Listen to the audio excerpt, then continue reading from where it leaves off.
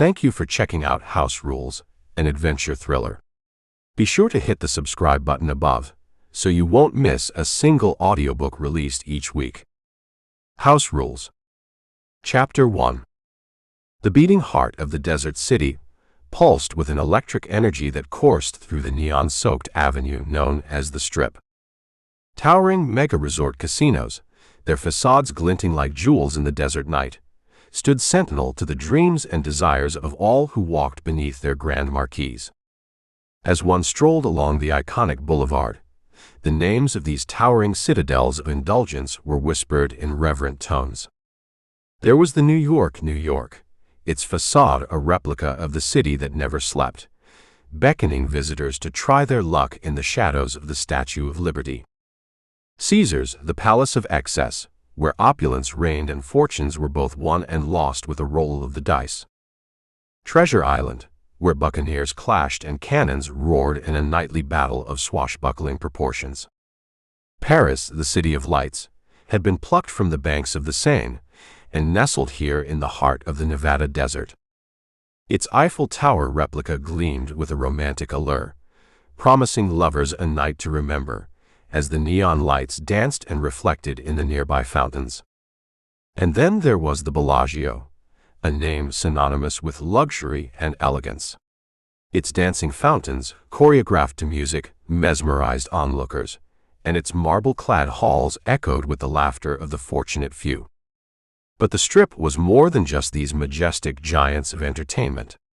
Farther down there stood the Sahara, its name conjuring images of desert dunes and Arabian Nights. It was a tribute to nostalgia, an oasis of vintage charm amidst the modern excess.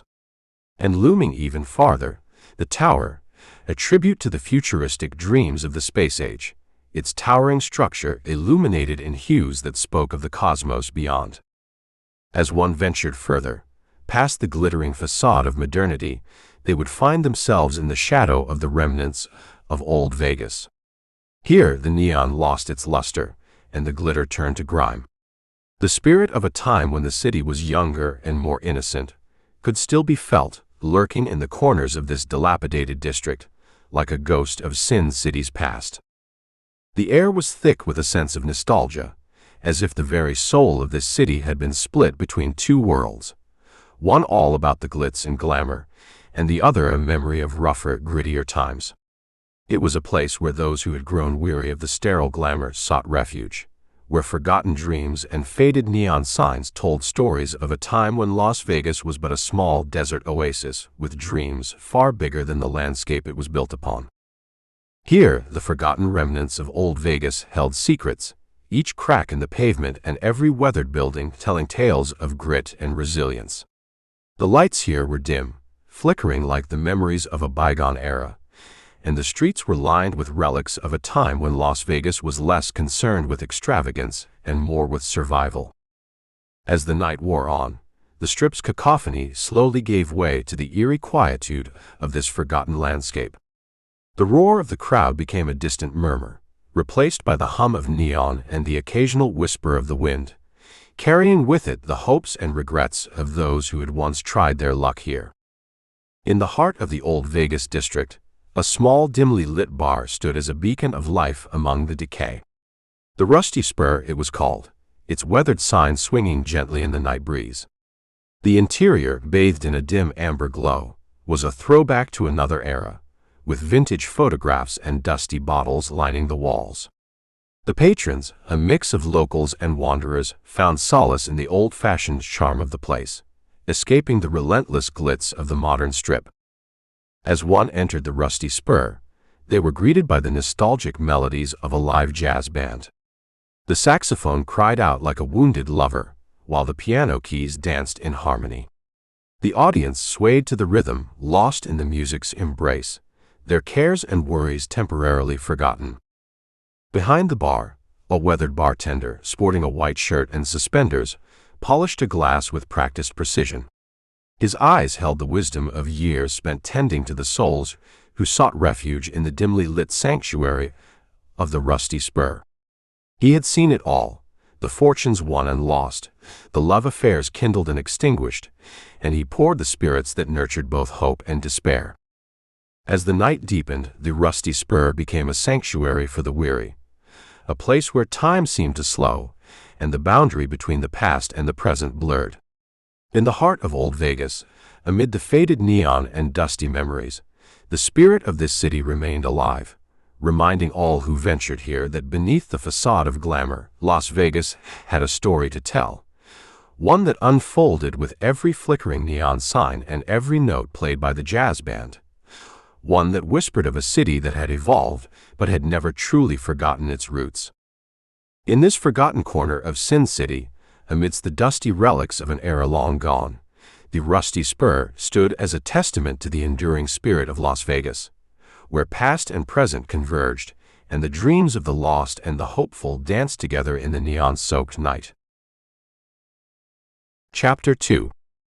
The casino was a swirling vortex of noise and neon, a sensory overload that could make or break a person's fortune in the blink of an eye. The clangs of slot machines, the shrill ringing of winning bells, and the joyous shouts of victorious gamblers mixed with the audible groans of those whose hearts had just been shattered. All around, the dice tumbled on the green felt, seeking to change the fates of those who dared to play. At the heart of this chaotic symphony of chance stood Raj Wilson. His disheveled appearance spoke of a man who had seen better days, a man whose youth had long since given way to a receding hairline and an extra few pounds. He was far from the suave GQ type, but none of that seemed to matter to the two trailer park bimbos who clung to his arms. Jasmine and Mercedes, their names as flashy as their attire, clung to Raj as if he were the last lifeboat on the Titanic. They were a dazzling pair, with glittering outfits that seemed to have been picked out by a blindfolded costume designer. Their enthusiasm knew no bounds, as they reveled in Raj's luck and charisma. A mesmerized crowd surrounded them, drawn like moths to a flame, as Raj stood at the edge of a craps table. His hand, glistening with the promise of fortune, hovered over the dice. The onlookers held their breath, anticipating the magic about to happen.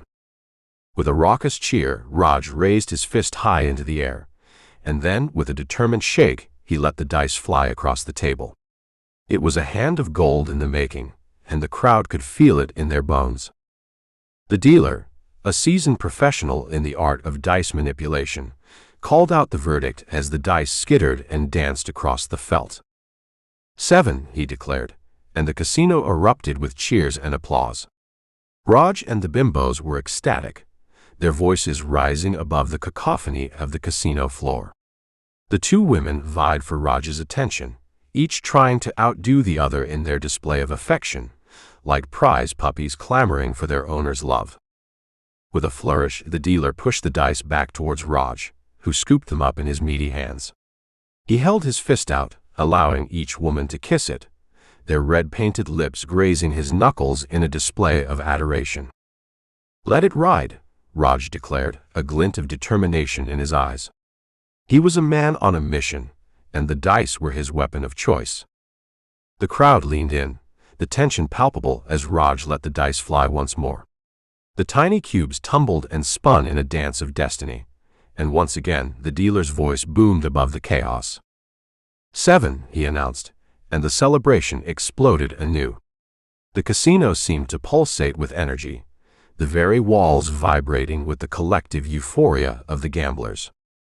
Raj was on fire, his luck seemingly boundless, and the bimbos clung to him with even greater fervor. Their sequined dresses sparkled in the ambient neon glow, and they swayed with the rhythm of the casino's heartbeat. Amidst the chaos and the noise, in the heart of the casino's frenzied atmosphere, Raj Wilson had become a legend. He had the magic touch, and the casino was his kingdom. The dice were his loyal subjects, dancing to his whims, and as long as he held them, fortune favored the bold. In that moment, as the cheers and jubilation swirled around him, Raj couldn't help but smile. He was the king of the casino, and the world was his oyster. The night was young, and Lady Luck had taken him as her dance partner. The two bimbos clung to him, and the dice were his loyal allies, ensuring that the night was one for the history books in the annals of casino lore. In the midst of the raucous casino, Jack sat perched on a bar stool with his back to the glitzy world of gambling and extravagance. His rugged charm emanated from his long, shaggy hair and the scraggly beard that framed his face, a face that had borne the weight of countless stories. Cherie, a strikingly pretty bartender with a smile that could rival the neon lights illuminating the casino, leaned casually on the bar behind Alfonso. She exuded an air of confidence and allure that made her the perfect embodiment of the casino's energy. "Another?" Cherie inquired, her voice carrying a hint of flirtatious banter. Jack turned, squinting slightly to read her name tag, and replied with a roguish grin, "Yes, Cherry." Cherie couldn't help but chuckle at the playful confusion, her laughter ringing through the air as she poured a half glass of bourbon over a glass filled with ice. "It's Cherie." "Nice try, though," she teased, her words laced with an undeniable charm. Without missing a beat, Jack slapped a $5 bill onto the counter, a token of appreciation that conveyed more than mere words ever could. "This one's on me," Cherie declared, her generosity matched only by the smile that graced her lips. Jack picked up the bill, quietly slipping it into the tip jar with a nod of gratitude. "That's very nice. Thank you." But Alfonso's demeanor hinted at something deeper, a hidden sorrow that was in stark contrast to the jubilant ambiance of the casino. Cherie couldn't ignore the melancholy that seemed to linger around him and remarked, "You shouldn't look so sad. This is a happy place, you know. Dreams come true here." Jack, a man of few words, skeptically inquired, "Do they pay you to say that?" Cherie responded with a wry smile, "Not enough. Besides, this is just a temporary setback. I'll make enough here in 3 months to live in New York for a year. That's my dream." Alfonso's gaze softened, captivated by her determination. "Very nice," he acknowledged. Cherie took a playful turn, her voice taking on a seductive tone as she leaned in closer. "What about you? What do you want?" Jack raised his glass, studying the final drops of bourbon within. He tossed it back with a practiced ease, and Cherie was swift to refill the glass, their faces mere inches apart as they leaned across the bar. "I want to go home," Jack confessed. Cherie, momentarily disheartened, began to pull away, believing she had misread his intentions. "I'm sorry, I'm so stupid. I thought," she started. Jack interrupted her, making his intentions clear. "No, not now. I'm talking about my dream. I want to go home.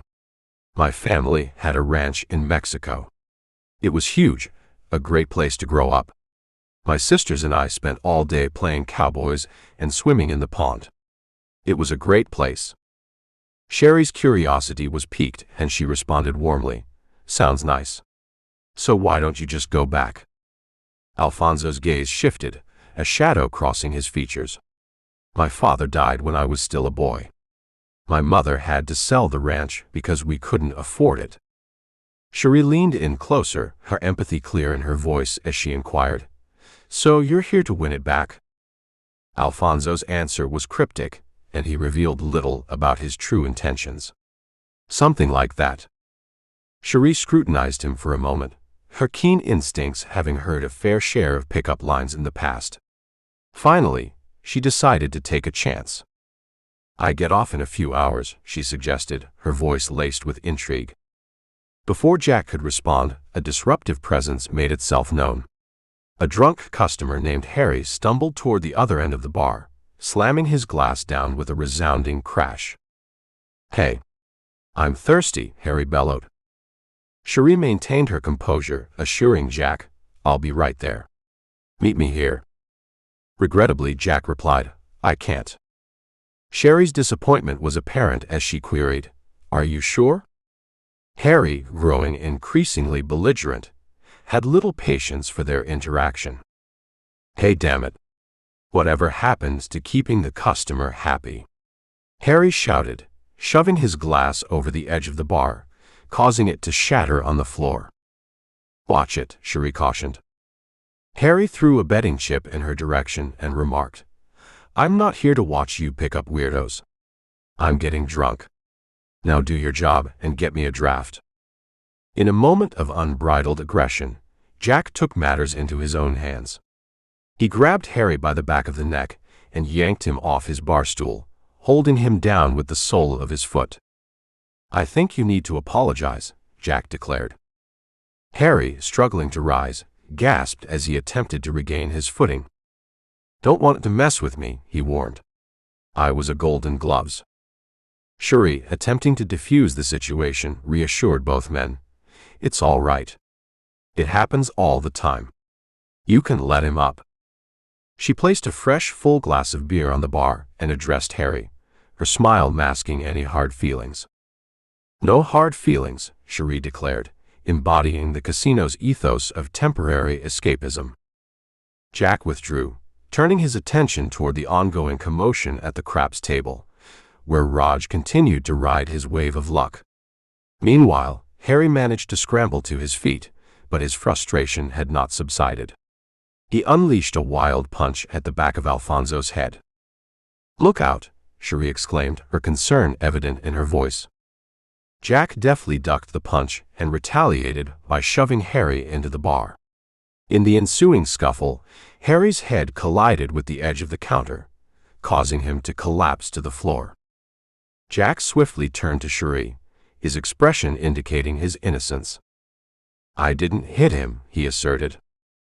However, the situation escalated as two brawny security guards descended upon Jack, grabbing him by the arms and forcibly rushing him toward the exit. Alfonso's protests echoed through the casino as he was forcibly ushered toward the exit, the guards paying little heed to his claims of innocence. Panic welled within him as the doors to the casino swung open, and he was thrust out into the bustling chaos of the Las Vegas Strip. Outside, Jack stumbled onto the sun-bleached pavement, his heart pounding and his mind racing. He was determined to clear his name, adamant that he was not the one at fault. Hey, I didn't do anything. It wasn't me," Jack pleaded, his voice rising above the cacophony of the streets. But his pleas fell on deaf ears as the guards continued on their way, leaving him behind. Alfonso's eyes caught those of a dreadlocked scoundrel with a ratty goatee. Rick stood in the shadows, observing the situation with a wicked grin, clearly amused by Alfonso's misfortune. Their gazes locked for a moment, a silent exchange of understanding amidst the chaos. Turning his attention away from Rick, Jack found himself standing in the heart of Old Vegas, a stark contrast to the new family-friendly amusement centers that now dominated the Strip. This was the remnants of a bygone era, a place where the city's history was etched into the very bricks of the buildings, a place where the neon signs had seen better days. The atmosphere was thick with nostalgia and decay as Jack moved away from the casino's doors, his footsteps echoing on the worn pavement. He leaned against a streetlight, his mind swirling with a maelstrom of thoughts, and pulled a flask from his pocket. With a practiced hand, he unscrewed the cap and took a sip, the fiery liquid burning as it coursed down his throat. He took a deep breath and kept a vigilant eye on the entrance, determined to confront the guards who had wrongly accused him. The old Strip was a testament to a time when Las Vegas was less about family entertainment and more about the wild and untamed desires of its visitors. The figures that populated these dimly lit streets were a far cry from the tourists in search of photo ops with Elvis impersonators. These were the lost souls of a city that had seen its fair share of sin and redemption. As Jack observed his surroundings, he couldn't help but notice the signs that blinked with neglect, their once bright neon now faded and missing bulbs. These weathered symbols were a reflection of the city's past, like old ghosts whispering tales of debauchery, luck, and shattered dreams. With a heavy sigh, Jack took another swig from his flask, the liquid providing a momentary respite from the tumult of his thoughts. The streetlight above cast a dim glow on his face, accentuating the lines etched by time and experience. He had returned to a place that held both memories and regrets, a place where dreams were born and buried, a place that could offer salvation or damnation. Jack knew that the guards were unlikely to see reason. They had become mere obstacles in his path, and he needed to uncover the truth behind his unjust expulsion from the casino. It was a matter of pride, but more importantly, it was the only lead he had in his quest to reclaim something precious. As he watched the entrance, Alfonso's resolve solidified. He was prepared to do whatever it took to clear his name and confront those who had wronged him. Old Vegas may have seen better days, but it was still a place of opportunity and danger, a place where fate was dealt like cards in a high-stakes game. And Jack was ready to play. Back inside the vibrant casino, the craps table had become a stage for Raj's incredible streak of luck. The cheers and excitement reached a fevered pitch as Raj once again emerged victorious, his dynamic duo of admirers clinging to him, their painted lips leaving their mark on his cheeks. "Ladies, the Rajman is gold tonight. Get it while it's hot," Raj proclaimed, basking in the adoration of the two trailer park bimbos who hung onto his every word. Amid the elation, a tired waitress shuffled her way to the table, her steps burdened by exhaustion. She set their drinks on the edge of the table, and in appreciation, Raj dropped a crisp $100 chip on her tray with a wink. "For you, sweetie," he said, causing the waitress to retreat with a smile. As she left, a stunning knockout by the name of Melody entered the space she vacated. The room seemed to hold its breath as all eyes turned toward her. Melody was a vision of Cleopatra and Aphrodite, a striking presence in a classy tight dress that seemed entirely out of place in this part of town. Raj watched her nervously, acutely aware that she was out of his league, even on the luckiest of nights. Her presence cast a spell over the onlookers, with men mesmerized and women sending her icy glares. The dealer attempted to regain Raj's attention by sliding the dice in his direction, but Raj's focus remained fixed on the exotic beauty across from him. He licked his lips, ignoring the two disappointed bimbos clinging to his arms. "What do you say?" Raj inquired, his voice quivering with anticipation. Melody, radiating confidence and allure, dropped a $100 chip beside his pile of winnings. It was a bold and enticing move that made the crowd lean in, their breath held. Raj took the dice, rolling them with a squeeze of his closed eyes, and the collective tension reached its peak. The crowd erupted in cheers as the dice came to a stop. "Winner," the dealer declared, and Raj's victory was met with a chorus of jubilant shouts. Melody seized her chips, gracefully maneuvering between Raj and Mercedes, the brunette bimbo who stood beside him. Her captivating presence drew the attention of everyone in the vicinity, who couldn't help but watch her in awe. "It's your lucky night. Cash out," Melody stated with a smile, her voice dripping with allure as she invited Raj to leave the table and follow her. As she strutted and swayed away, all eyes followed her, captivated by her elegance and charm. However, the two bimbos who had clung to Raj moments ago were now pouting on either side of him, their adoration abandoned. But Raj paid them little mind. He was focused on scooping his chips into overflowing trays, the tangible evidence of his extraordinary winning streak. With his winnings in hand, Raj made his way to the casino's cashier window. A clerk counted out the hundreds and twenties, creating two towering stacks of green. Raj's gaze darted around as he searched for Melody, his heart racing in anticipation. Melody waited patiently by the exit, her eyes alight with a seductive smile as she watched Raj approach. He hurried toward her, leaving behind a significant sum of money at the window. His sole focus was on the captivating Melody, who embodied temptation and allure. As Raj passed by, Rick observed the situation closely, his keen eyes never missing a beat. His gaze held a hint of curiosity, as though he sensed that the night was far from over, and that the game of luck and temptation was just beginning. Outside the casino, Alfonso's eyes followed Raj's departure as he watched him leave with the captivating Melody.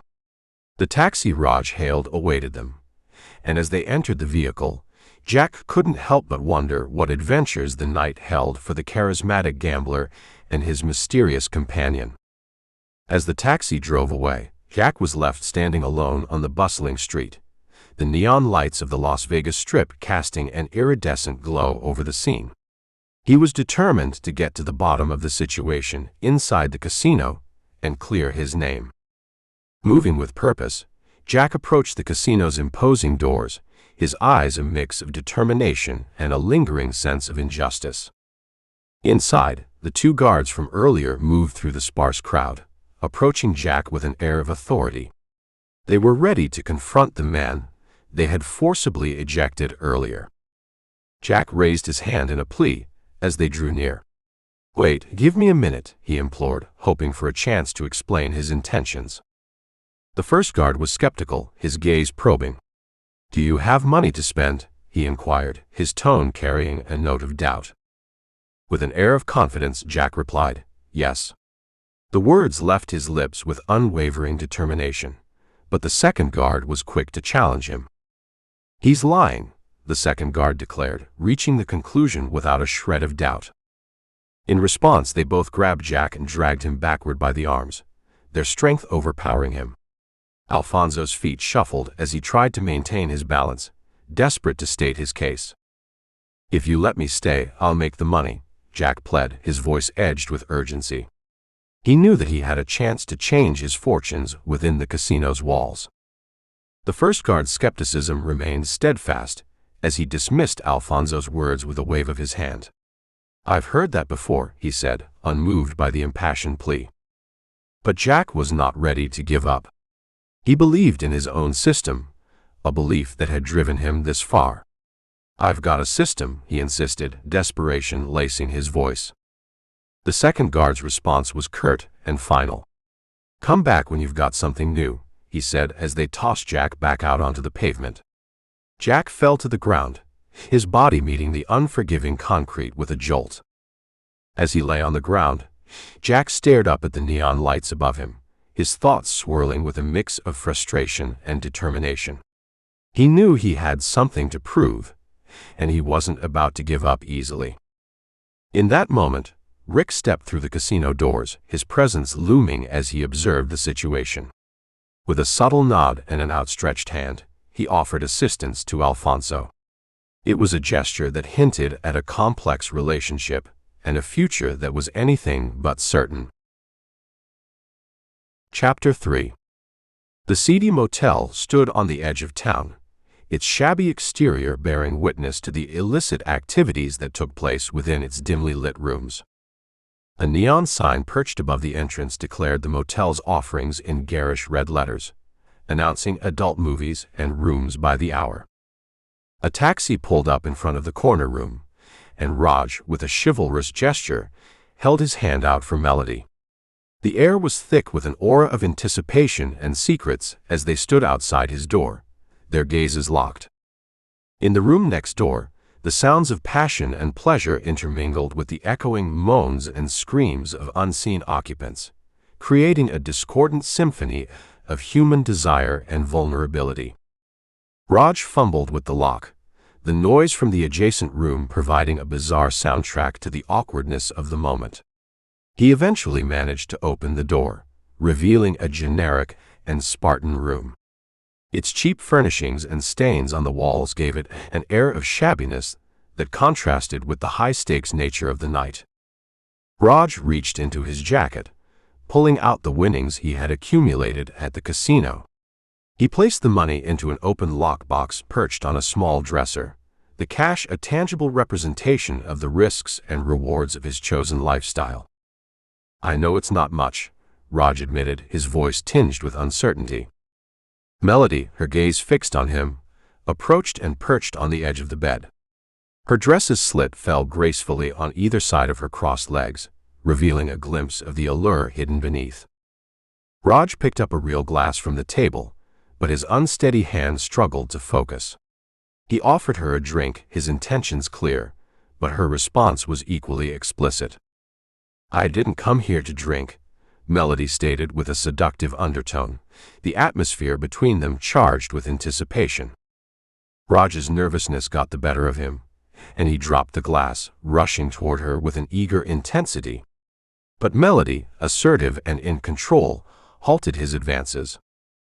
"Stop," she commanded, her voice a mixture of command and seduction. Her eyes bore into his, and the chemistry between them was palpable. She reached up to her neck, undoing the dress ties with a deliberate slowness that intensified the anticipation. The top of her dress fell to her waist, revealing a sight that left Raj momentarily speechless. He licked his lips, his gaze locked onto her with an intensity bordering on obsession. Melody, exuding sensuality and empowerment, encouraged him to strip further. "Take off your shirt," she urged, her voice a sultry whisper that further stoked the flames of desire.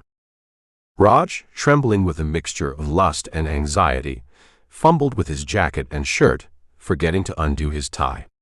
His actions were hurried, and he tore the tie away before standing shirtless before Melody. "Now the pants," she continued, her voice a gentle yet commanding murmur. Raj, fueled by desire, dropped his pants to the ground, struggling out of them until he stood in stained white boxers and ratty black socks. His vulnerability was exposed, a reflection of the raw intensity of the moment. "How bad do you want me?" Melody inquired, her tone inviting and provocative. Raj, his yearning plain to see, stepped toward her, determined to show her just how much he desired her. "Let me show you," he murmured, the words trembling with anticipation. But Melody, never one to yield easily, commanded him to stop, holding the reins of their encounter. She stood up, allowing her dress to seductively slide down her body, revealing more of her irresistible allure. "No panties." Raj whined, his voice tinged with desperation, but Melody's smile only intensified. "Just for you." "Turn around," she whispered, her voice laden with seduction as she directed him further. Raj complied, whipping around to face the wall, anticipation coursing through him as he yearned for the forbidden pleasures that lay ahead. However, the moment was not meant to last, as the door blasted open with a sudden, startling force. Rick and Jack, having tracked Raj to the motel, burst into the room with urgency. The scene was shattered as Raj, his vulnerable state and the open lockbox of cash in full view, screamed in shock and alarm. With his feet tangled in his boxers, he tumbled into the dresser, catching the lid and hastily latching the lockbox shut. The room was filled with chaos and an air of tension, as the abrupt intrusion turned an intimate encounter into a high-stakes confrontation. Rick's entrance into the motel room, followed by Jack, disrupted the intimate scene like a bomb going off. Their sudden arrival shattered the hushed ambiance of desire, plunging Raj and Melody into a nightmarish scenario. "Are we interrupting?" Rick inquired with a hint of amusement, seemingly unperturbed by the unexpected turn of events. Raj, caught off guard and in the throes of panic, screamed in terror, his voice echoing throughout the room. Melody, on the other hand, seemed unfazed. Her response to Rick's question was casual, almost nonchalant. "What took you so long?" she quipped, as if the situation were a mere inconvenience. With Alfonso's guidance, Raj was unceremoniously dragged to the bed, his helpless and bewildered state starkly contrasting with the passionate atmosphere that had just prevailed moments earlier. "We couldn't get a taxi," Jack explained, attempting to offer an excuse for their delayed arrival. He was clearly perturbed by the scene that had unfolded. Melody, having quickly regained her composure, began to slide into her dress, her actions deliberate and composed. She smoothed out the wrinkles, as if the recent interruption was a minor inconvenience in her grander scheme of things. "I almost had to touch him," Melody remarked, the suggestive undertone in her words highlighting her manipulative and calculating nature. She then approached Rick and shared a passionate kiss with him, her actions a stark contrast to the chaos that had just erupted. Jack, determined and focused, began to tie Raj to the bed using the bedsheets. His movements were rough, revealing a sense of resentment and frustration that simmered beneath the surface. He paused for a moment to watch the couple with pained expressions, seemingly struggling with his own emotions. Raj, now bound to the bed and rendered incapable of speech, was gagged by Jack, his screams muffled by the makeshift restraint. "It would have been worth it," Rick commented, his focus shifting from the money they had lost into the potential gains that were within reach. Melody, holding Raj's boxers, showed them to Rick, her actions demonstrating her keen interest in the money that had been locked away.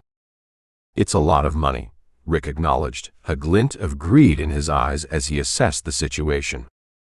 Melody waved the boxers in front of him once more, ensuring that he couldn't dismiss the tempting offer. "All right. We're late." "I'm sorry," Rick conceded, acknowledging the urgency of the situation and Melody's desires. Melody, showing a willingness to forgive, responded with a simple, "Forgiven." However, their focus swiftly shifted back to the locked cash box as Rick inquired, "Where's the cash?" Melody reached for the lockbox and attempted to open it, only to find it securely sealed. It was at this point that Jack, who had been observing the situation, intervened with a solution. "Get the key," he instructed, prompting Melody to search for the key to the lockbox. She reached into Raj's pants, which were strewn on the floor, and retrieved a massive key ring, filled with a myriad of tiny keys. Rick offered guidance, suggesting, "It will be a small one." Melody, well aware of this fact, displayed the key ring, revealing its plethora of miniature keys, seemingly daunting in its complexity. Jack, determined and focused, gestured for the key ring, which Melody tossed in his direction. He dangled it in front of Raj's eyes, playing a twisted game of choice. "Which one?" Jack inquired, his voice tinged with a sense of authority and control. Raj, still gagged, was rendered incapable of responding. His muffled pleas fell on deaf ears as the suspense reached its climax. "Take his gag off," Rick instructed, providing a momentary respite from the tension that had built in the room. Jack, feeling pressured and provoked, didn't appreciate the advice. "I know to take his gag off," he retorted, irritation lacing his voice. "You don't have to tell me." "Then why didn't you do it?" "He can't talk," Rick retorted, his patience wearing thin. "I'm going to take the gag off." "You don't have to tell me," Jack insisted, his determination clear. Melody, offering a voice of reason, urged, "Then take it off." Still, Jack was resistant to their instructions, and the tension in the room grew palpable. "You don't have to tell me," he exclaimed, clearly exasperated. "Obviously we do." "You still haven't." Rick began, but Jack cut him off, refusing to acknowledge their criticism. "Everybody shut up about the gag," Jack demanded, his frustration reaching its peak. With a swift motion, he pulled the gag down, and Raj's scream reverberated throughout the room. "Help!" Raj cried out in desperation, his voice echoing through the motel. Jack, visibly angered, immediately jerked the gag back up, silencing Raj's cries. The room was now fraught with tension and an unsettling atmosphere. "That was not cool," Jack scolded, his voice laced with annoyance. Melody, seemingly unfazed by the earlier chaos, leaned against the door, her moans loud and suggestive. "Are you all right?" Rick inquired, shifting his focus from the locked cash box to the unexpected turn of events. The motel room had transformed from a site of seduction and desire into a tangled web of deception, power play, and unforeseen consequences. In the dimly lit motel room, the air was thick with tension, desire, and a sense of impending danger. Melody's provocative actions had momentarily shifted the balance of power, leaving Raj at the mercy of the trio who had barged into the room. Melody, exuding a commanding presence, shouted in delight, "Oh yes, baby. Who's my bad boy?" Her provocative words were tinged with both seduction and sadistic glee. In response to the loud commotion, she delivered a swift kick to the door, capturing everyone's attention. "Melody?" Rick inquired, confusion lacing his voice as he tried to make sense of her sudden change in demeanor. Jack, however, seemed to relish the turn of events. With a smile on his face, he pulled the gag back down on Raj's mouth, effectively silencing his cries for help. Raj, bound and helpless, was now faced with the challenging task of deciphering the lockbox key he needed to secure his precious winnings. Panic and desperation had him in their grip. Amidst the chaos and the chorus of voices, Melody continued her cruel taunting. "No. No. No. No help for you," she chanted, her words driving fear into Raj's heart. "Oh God, please," Raj pleaded, his voice trembling with fear. Melody, seemingly relishing Raj's torment, continued her tormenting refrain. "Is that your spot?" "Oh yes," she purred, her sadistic pleasure evident. Amidst the torment, Jack remained unyielding in his pursuit of the right key. "Which key?" he demanded, his patience wearing thin as he sought a resolution. Raj, his willpower tested, locked eyes with his tormentors, his resolve unwavering. "I won't tell," he declared, his voice carrying a stubborn determination. In response, Jack delivered a swift yet forceful knock to Raj's head, causing his eyes to briefly roll back in pain. "Don't knock him out," Rick cautioned, aware of the fine line they were treading between extracting information and causing harm. To defend his actions, Jack explained, "It's just a little tap. Loosens up the tongue." Still, Raj remained resilient, his voice unwavering as he reiterated, "I won't talk." Melody, who had been a seductive force throughout, now assumed a different tactic. She positioned herself at the end of the bed, her movements deliberate and sultry. She whispered enticingly, "Rajman, you tell me what I want, and you get what you want." As she hiked up her dress, revealing a tantalizing expanse of thigh, Rick and Jack watched her in disbelief, clearly taken aback by her approach. "No way. You're trying to trick me," Raj asserted, his skepticism unwavering. Undeterred by Raj's resistance, Melody straddled his feet, her touch sending shivers down his spine. Slowly, she began to move up his legs, her breath teasing his skin. Her actions were tantalizing, but Raj's distrust remained steadfast. "How many times in your life could you ever have a woman like me?" Melody whispered seductively, her voice filled with promise. She continued her ascent until she stopped over his crotch. Raj, tempted and tormented, finally gave in. "Never," he admitted, a note of desperation in his voice. "That's right. And tonight I could be yours," Melody purred, her words dripping with temptation. Just as the situation seemed to take a twisted turn, Melody suddenly recoiled, jumping off the bed in shock. "He's got crabs," she exclaimed, her previous seductive demeanor replaced by disgust. "Damn it." Raj cursed, his attempts to deceive them thwarted. Jack, growing increasingly frustrated, seized Raj by the hair and issued an ultimatum. "You tell me which key, or I will knock your teeth out," he threatened, his anger simmering beneath the surface. With a drawn-back fist, the tension in the room reached a breaking point, leaving Raj with a harrowing decision to make. In this treacherous game of deception and desperation, the stakes were higher than ever, and the consequences were dire. With Raj's torment and the game of deception reaching a tense climax, Rick, Jack, and Melody abruptly changed their course of action. The lockbox filled with Raj's winnings was now the focal point of their attention, and they had a plan to execute. Rick, his eyes fixed on the lockbox, decided, "Let's go." Jack, still holding Raj, asked in confusion, "What?" "We'll take it with us," Rick stated, revealing their intention to seize the money and leave the room. Melody, however, couldn't contain her annoyance, and she shoved Rick. "You could have said that before," she scolded him, pointing at Raj as if his torment had been a wasted opportunity. Rick, a mischievous grin on his face, dismissed her complaint. "And missed the show," he quipped, his words suggesting that Raj's predicament had been the source of their amusement. As they argued, Jack let go of Raj's head, finally giving in to Rick's decision. "Gag him," he ordered. However, confusion and a hint of exasperation persisted between Rick and Alfonso. "Gag him. Take the gag off. Make up your mind," Jack muttered, clearly frustrated by the shifting directives. Rick, his mind set on a particular plan, responded firmly, "We need him quiet until the maid comes." Jack obliged, sliding the gag back over Raj's mouth. Rick handed him the lockbox, and Jack, with a casual toss, flung the key ring through the open bathroom door, where it landed with a plop in the toilet. The trio, now committed to their plan, moved away from Raj and his locked fate. Jack followed Rick and Melody, leaving the room and their captive behind.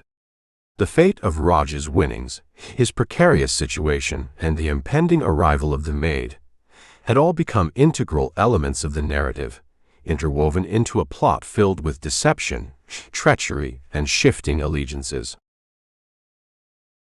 Chapter 4. The dimly lit hotel room was a hushed sanctuary for Jack, a man who sat alone, consumed by shadows. Clean-shaven with a haircut that showcased a lighter shade of blonde, he clung to a whiskey bottle, the liquid sloshing within it like the tumultuous storm inside his own soul. His gaze fixated on a locked box resting untouched before him. In the adjacent room, the headboard thudded against the wall as Rick and Melody engaged in a passionate act. Melody's moans harmonized with the cacophonous symphony of their desires, and the rhythmic reverberations coursed through the walls. Jack, unable to escape the symphony of their love, swayed with every knock, his eyes never leaving the dwindling whiskey in his bottle. In a towel that clung to his damp body, Rick approached the connecting door that separated their worlds. His once unruly hair was now neatly cropped, and his goatee had vanished.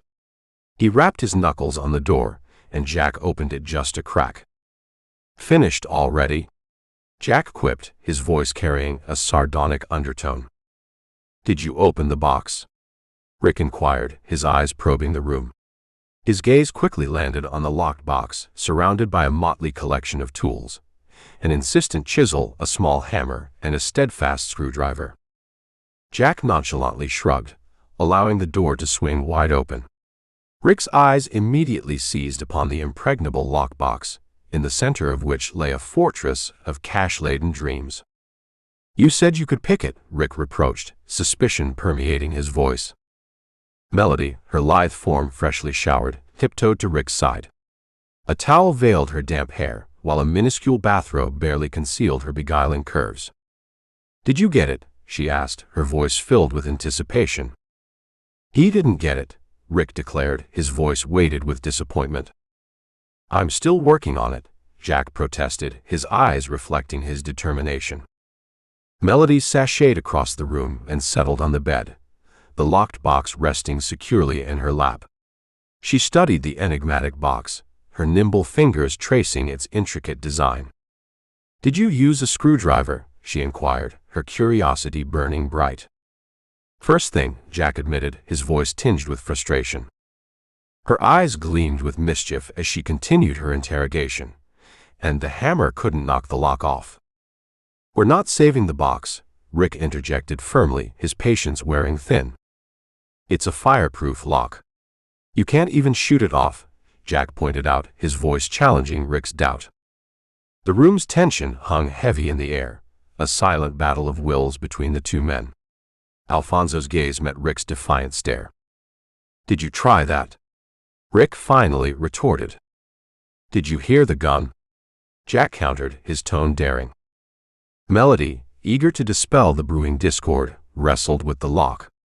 She twisted it fiercely, and with a metallic screech, the lock surrendered to her strength.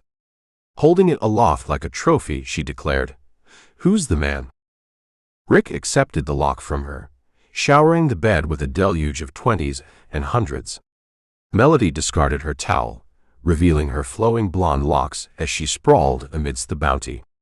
She reclined upon the bed, the money cascading over her like a golden river, adorning her body in opulence. Jack watched her, desire and longing flickering in his eyes like a moth drawn to a mesmerizing flame. "The game is at 2, Rick reminded them, the urgency of their mission pulling him back from the allure of wealth. "I'm ready," Jack affirmed, his voice a promise of unwavering determination. "You better be. We're putting all of our faith in you. Don't let us down," Rick cautioned, his words heavy with consequence. "Don't worry about it," Jack replied, a touch of defiance in his voice. Melody, sensing the rising tension between the men, stepped between them. Her presence was a soothing balm to the conflict. "I'm hungry." "Is anyone else hungry?" she asked, her words a bridge between them. "We're in this together. We're a team. If we make it, it's a team, and if we don't make it," Melody began, seeking to dissolve the looming blame. "It's his fault," Rick interrupted, his tone accusing. "We can split it now and go," Jack suggested, his hands a blur as he expertly counted out piles of money. The bills shuffled like a deck of cards, his nimble fingers barely brushing the money into neat stacks. The trio teetered on the precipice of a Leon endeavor, bound by trust, ambition, and an insatiable desire for the riches that beckoned them. The tension in the room remained, simmering like a pot on the verge of boiling over, as they prepared to embark on a treacherous journey that could lead to salvation or destruction. Tension hung heavy in the air, as Rick and Jack faced each other, their desires, ambitions, and conflicts boiling beneath the surface. "We need more," Rick stated firmly, his voice brooking no argument. Alfonso's response was just as resolute, though tinged with defiance. "I don't need more. I can get more." Arguments and protests brewed on the tip of Rick's tongue, but before he could unleash them, a gentle touch from Melody silenced him. Her hand on his arm carried a quiet authority that stifled his words. Her fingers, warm and comforting, brushed against the nape of Alfonso's neck. "I don't want you to go," Melody said softly, her voice carrying a plea. "I want you to help us turn this into more, and go with us when we're done." Jack, grappling with his inner turmoil, struggled to articulate his feelings. "I can't watch you with him anymore." Melody, her eyes filled with empathy and understanding, cradled Alfonso's face in her hands, forcing him to meet her gaze. "Jack, we're adults," she began, her words laced with tenderness.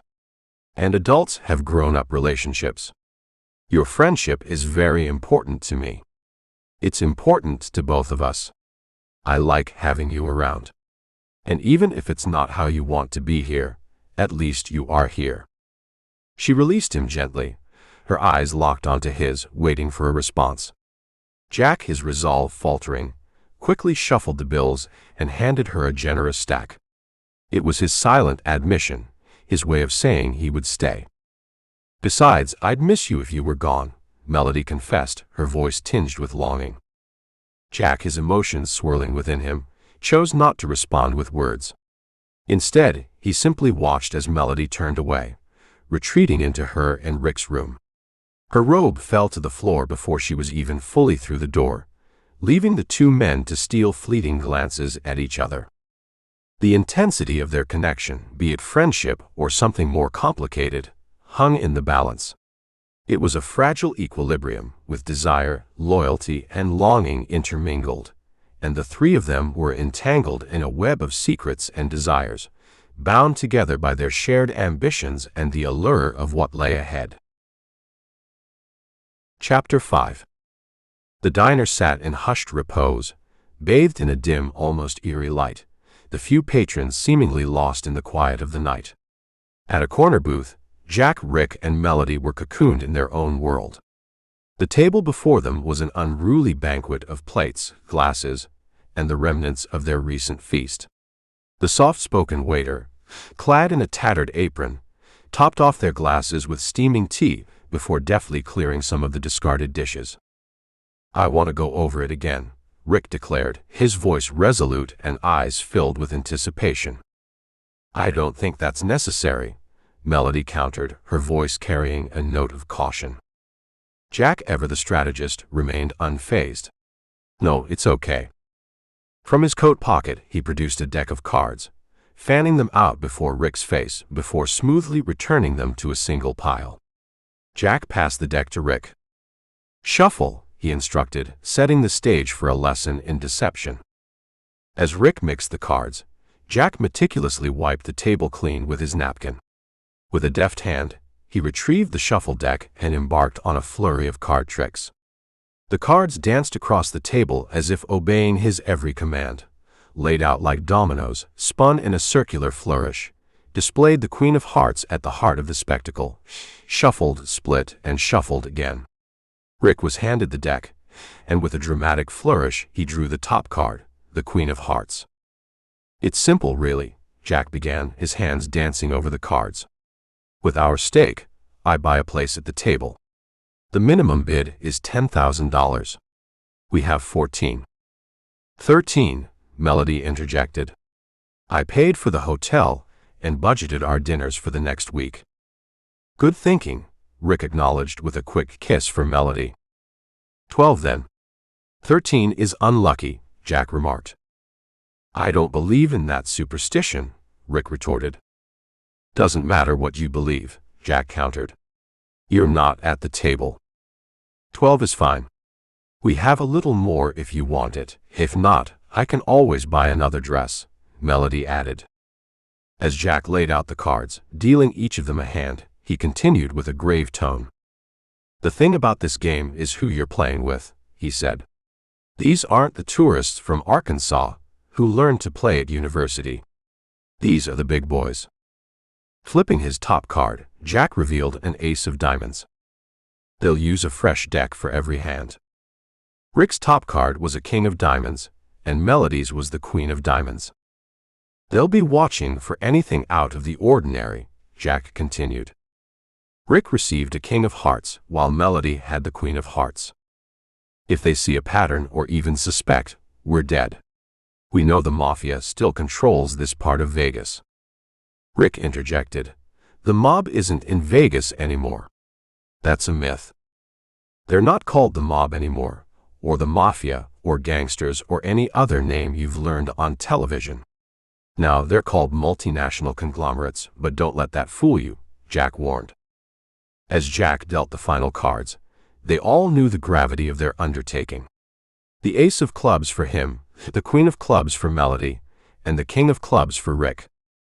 "The stakes are higher than we can imagine," Jack concluded, and his tone bore the weight of the impending peril.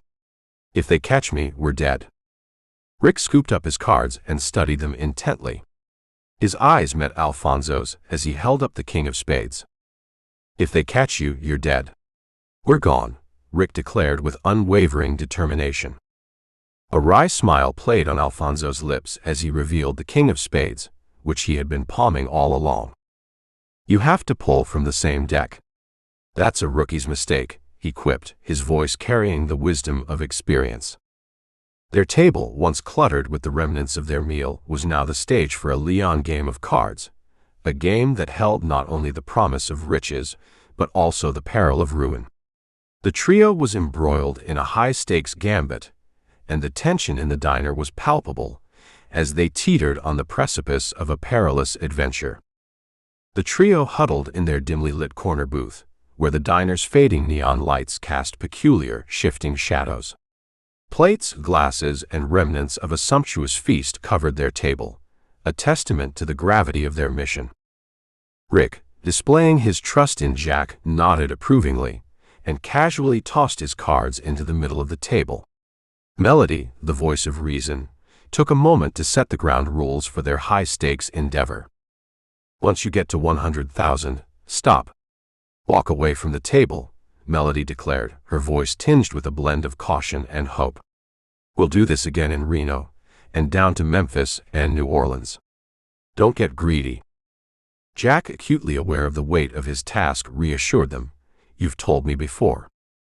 Rick, ever the protective friend, reiterated their trust. "We're reminding you. You're good. You don't have to prove it to us." Jack, brimming with determination, affirmed, "I'm ready." But Melody, perceptive as always, sensed the anxiety radiating from Alfonso. She urged him to relax, her voice filled with compassion. "You're too tense. We need to relax." Jack, striving to maintain his composure, protested, "I'm relaxed." However, Melody was determined to ease their collective tension, yearning for a moment of joy before their Leon venture. "Let's go dancing." Rick, the pragmatist of the group, believed they should concentrate on their mission. "I think we should concentrate on the task at hand." Yet Melody's resolve remained unyielding. The task at hand is keeping me happy. And I want to dance. Now. Across the table, Rick and Jack exchanged a glance, a silent acknowledgement of their shared concern. Rick's response was resolute. You heard the lady. With that, the trio embarked on a journey of escapism and indulgence, seeking respite in the allure of music and dance before their high-stakes gamble in the realm of shadows and deception.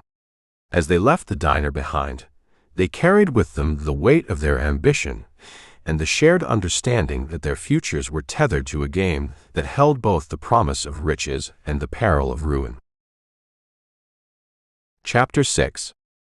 Inside the pulsating heart of the dance club, the atmosphere was electric, charged with the fervor of throbbing techno music. The crowded dance floor was a sea of writhing bodies, bathed in the harsh neon strobes, their movements fueled by the intoxicating rhythm. Jack, Rick, and Melody stood at the entrance, their appearances reflecting the stark contrast between the vibrant club and their sharp, meticulously chosen outfits. The two men were clad in tailored suits, exuding an air of sophistication, while Melody wore a revealing, eye-catching mini-dress that hinted at her allure. They ventured further into the club, their steps syncopated with the throbbing beats.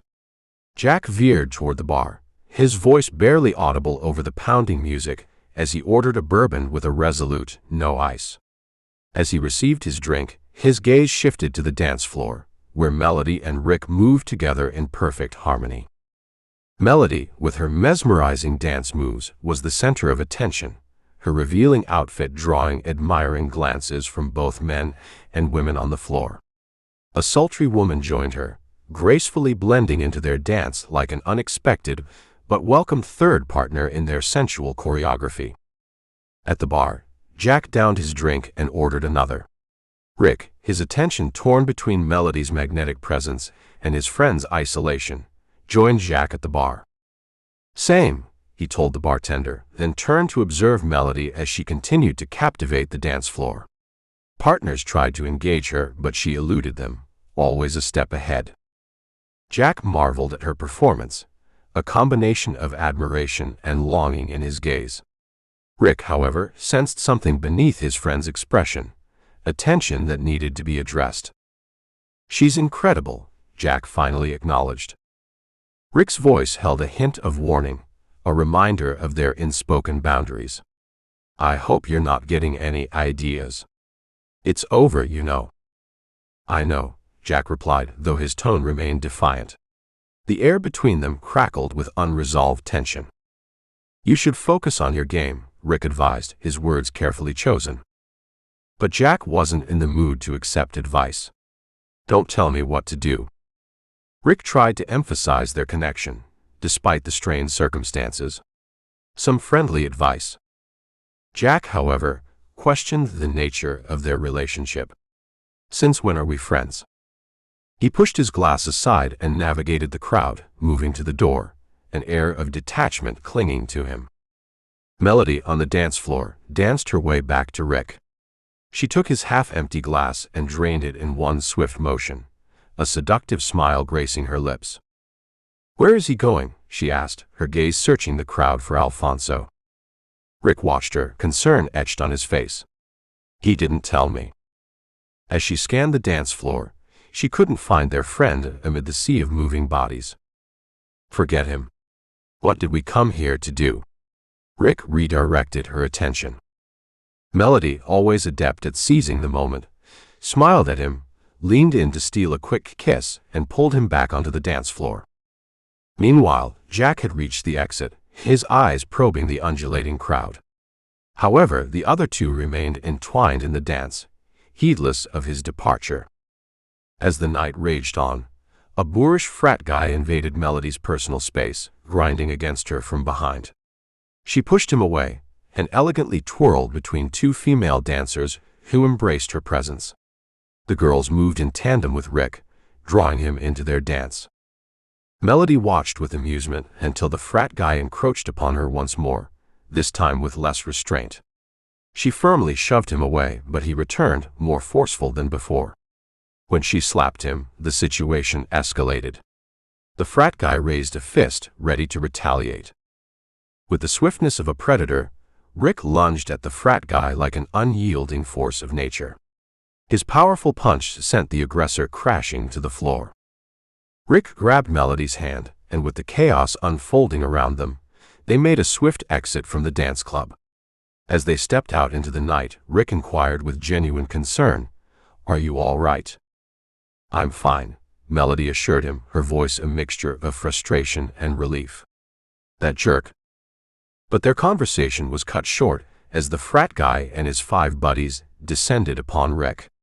They elbowed Melody aside and proceeded to press Rick down to the ground, their collective aggression igniting a brawl in the shadowy depths of the city's nightlife. The chaos inside the club spiraled into a frenzy as the frat guy and his gang confronted Rick. The situation teetered on the brink of violence, and Melody, reacting to the immediate threat, leaped into the melee with agility and grace. She became a whirlwind of action, utilizing kicks and karate chops to strike at her adversaries, delivering swift and effective damage. The frat guy and his group, recoiling from Melody's fierce onslaught, gave Rick a chance to rise to his feet, his body poised for battle. As the group inched forward, ready to renew their assault, Jack stormed into the scene like a human battering ram, hitting with the force of a linebacker. He tackled 2 of the aggressors, sending them sprawling.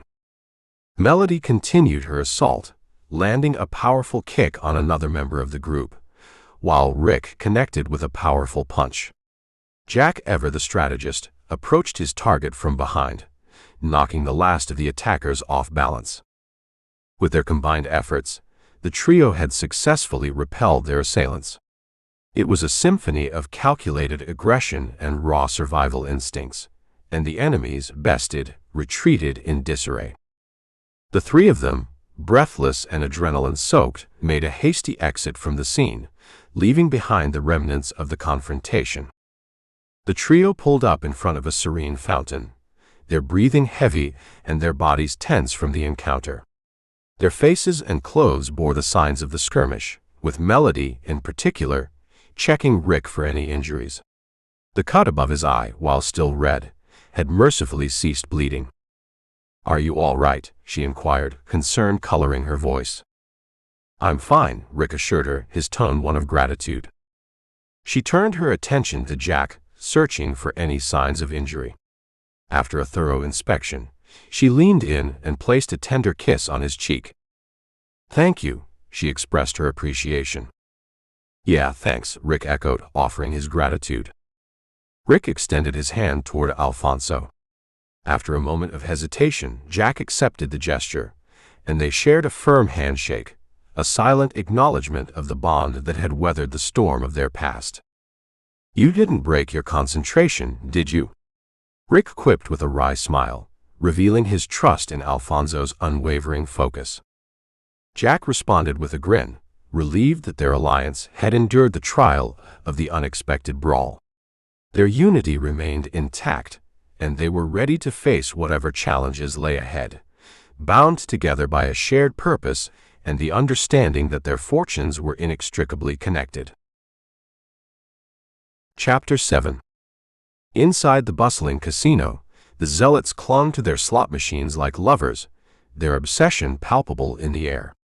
The dimly lit room was shrouded in the lingering scent of stale smoke, the high ceiling trapping the haze above. Jack entered through the casino doors, pausing as 2 imposing security guards began their approach. With a wad of cash in hand, Jack held it out to them, a peace offering to the guardians of the casino's secrets. "I came to lose all of my money," he declared, the humor in his voice belying the gravity of his mission. The security guards exchanged a glance with the pit boss, who gave a curt nod of approval. The guards allowed Jack to proceed, and he moved through the room with a sense of purpose, eventually coming to a closed door guarded by another formidable figure. Jack handed over the stack of cash, and the boss counted it with the practiced skill of a man who had seen countless transactions. Satisfied, he exchanged the cash for a tray of chips and swung the door open, allowing Jack to disappear into the shadowy depths of the casino's inner sanctum. Inside, Jack joined a crowded table, his fellow gamblers a motley crew of characters, each with a distinct appearance. Their names remained unspoken, a testament to the transitory nature of such encounters. Armani, the man in the sharp suit, raised his glass in a toast. To you. Jack glanced at his cards, his gaze flitting to the substantial pot in the center. His dwindling pile of chips seemed insignificant compared to the riches at stake. The room was heavy with tension, and Alfonso's forehead glistened with perspiration. He wiped it away, then summoned his remaining chips, pushing them to the center of the table. "Call," he declared, his voice steady but with an undercurrent of nervousness. Armani, undeterred, revealed his cards, a full house to Jack's. "Let's see them," he taunted. Jack laid down his cards, a full house to King's. "Son of a bitch," Armani muttered, begrudgingly acknowledging his defeat. Jack leaned forward, his hand gathering the chips and pushing them toward himself. He counted the winnings, each chip resonating with a distinct value. He had amassed 250,000 in chips, a considerable fortune. "That's it for me," Jack announced, signaling his intention to leave the table. But Dangerous, the enigmatic man in black, had other plans. He challenged Alfonso's luck, his suspicion rising. "You're not leaving," Leon asserted, his gaze penetrating and his voice filled with menace. Jack looked at him, a hint of anxiety in his eyes. He reluctantly agreed, realizing he was not going to be allowed to walk away unscathed. "I think you're cheating," Leon accused. "No one's that lucky." Jack nodded, understanding the gravity of the situation and the scrutiny he faced. "If I was cheating, I'd have a lot more than this," he retorted, gesturing to his amassed chips. "Look what you have left." Each man at the table still possessed several trays of chips, a testament to the high stakes of the game. "If this is how I cheat, I'm not lucky, I'm stupid," Jack declared, his words laced with irony. But Leon remained unyielding, determined to uncover the truth. "You're still not leaving," he declared, his voice leaving no room for debate. With a sigh, Jack settled back in his chair, ready to face the challenge that lay ahead. "Then deal," he acquiesced, knowing that the game was far from over. Leon produced a deck of cards, broke the seal, and tossed them to Armani, who shuffled with practiced precision. The cheap-suited man cut the deck, and Armani began the deal, marking the beginning of a battle of wits and luck in the heart of the casino's inner circle. Chapter 8. Inside the bustling casino, Rick and Melody occupied a slot machine, their pockets of quarters depleting as they fed the insatiable beast. The mechanical clinks and clatters of the machine resonated through the cacophonous casino, a never-ending symphony of uncertainty. "How long is this going to take?" Rick inquired, his impatience revealing itself. Melody, however, was the voice of reason. "He can't win every hand. It has to look natural." As if on cue, a server arrived, bearing 2 vibrant tropical drinks. Melody regarded the drinks with a touch of disappointment. "Do you know what I want?" she asked Rick. Rick, ever the playful one, suggested, "Does it involve whipped cream and a dog leash?" Melody's voice was filled with longing as she painted a picture of her desires. "Pineapples, sand, and lays." Rick, maintaining their playful banter, responded with a mischievous grin. "We're talking about the same thing." Melody was still focused on her vision. "I want to take what we win and go to Hawaii." Rick, however, brought them back to reality. "Do they have casinos there?" Melody shrugged, her dream far more important than such details. "Who cares? I've never been." Rick joined her in the fantasy, and the prospect of experiencing it together was enticing. A first for us both. As they indulged in their daydreams, the bustling casino crowd buzzed around them, entirely oblivious to their presence.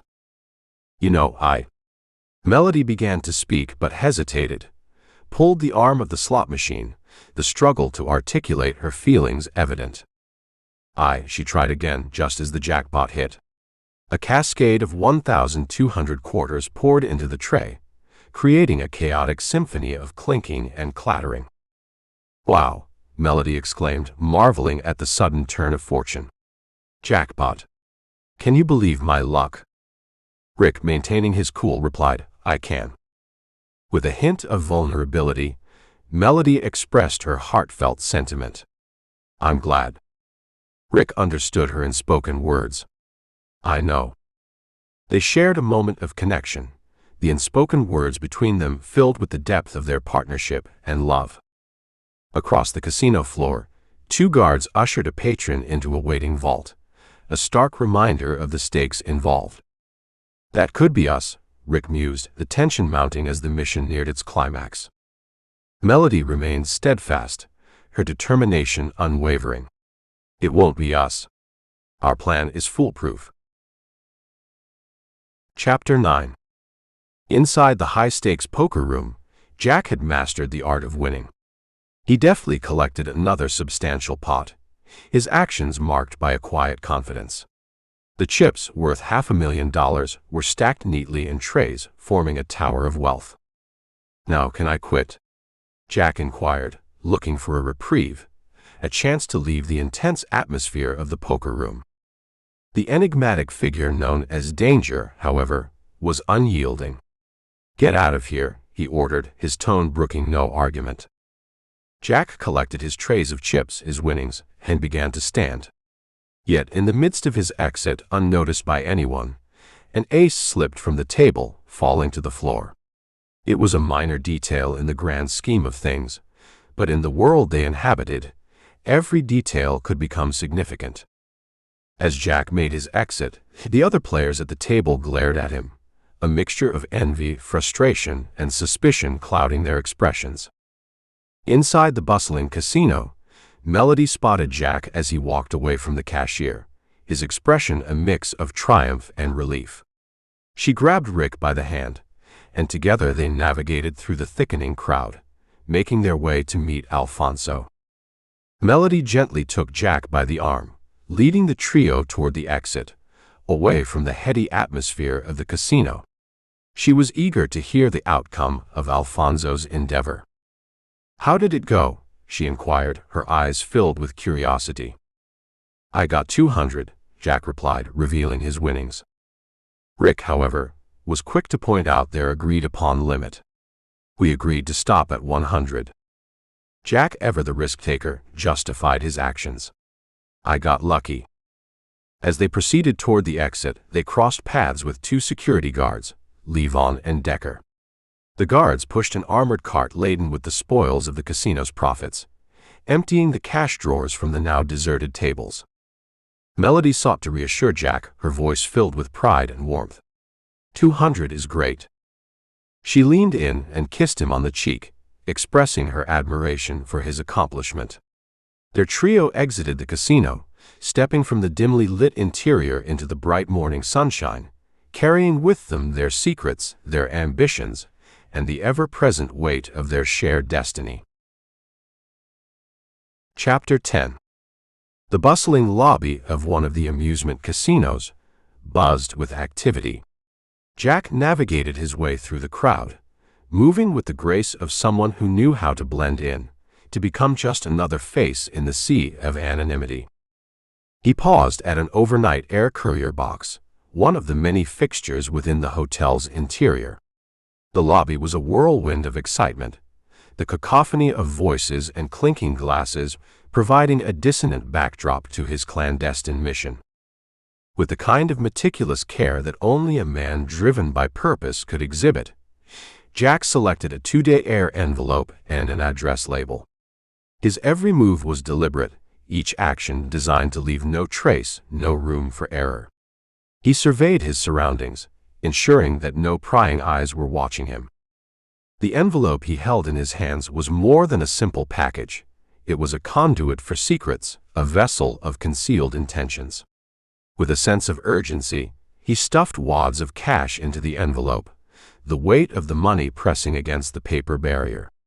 Once it was filled to capacity, he sealed the envelope, the adhesive strip creating a barrier between the hidden fortune and the outside world. But Jack was not content with a single layer of protection. He placed the cash-filled envelope into another, sealing it with equal precision. The two envelopes, like layers of armor, would guard their valuable cargo on its journey. With the final layer of protection in place, he affixed another address label, meticulously filled out. This was not just a destination, it was a lifeline, a connection to the world beyond the confines of the casino. The stakes were high, the consequences severe, and every detail mattered. With his mission accomplished, Jack dropped the double-enveloped package into the slot, the action marking the beginning of a journey fraught with danger and intrigue. He stepped away from the courier box, his gaze lingering on it even as he moved further into the lobby. He understood that in their world, vigilance was the price of survival, and every transaction held the potential for betrayal or redemption. Chapter 11.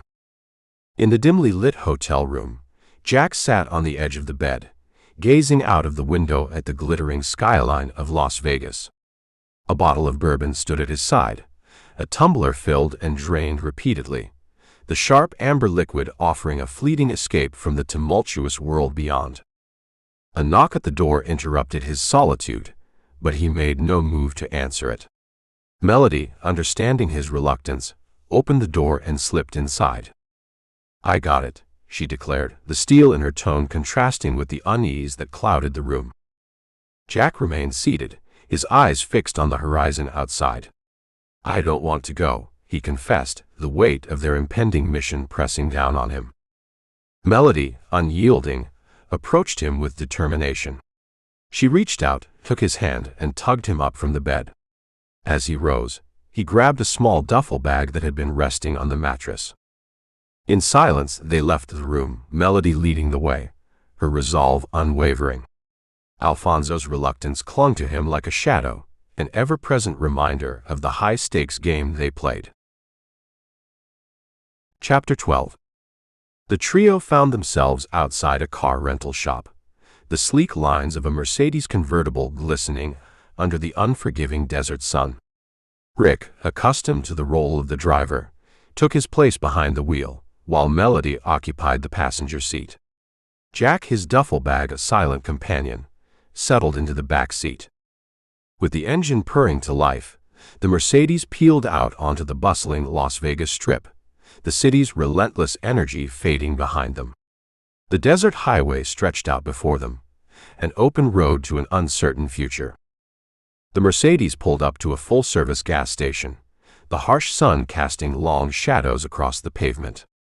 An indifferent attendant, bearing the burden of teenage acne, sauntered over to their car. "Fill it up," Rick instructed, the words carrying an air of authority. The attendant, his disinterest palpable, went about his task, deftly inserting the fuel nozzle into the car's tank. The numbers on the pump's display quickly climbed. 16 even, the attendant declared once the task was complete, an expectation of swift payment in his eyes.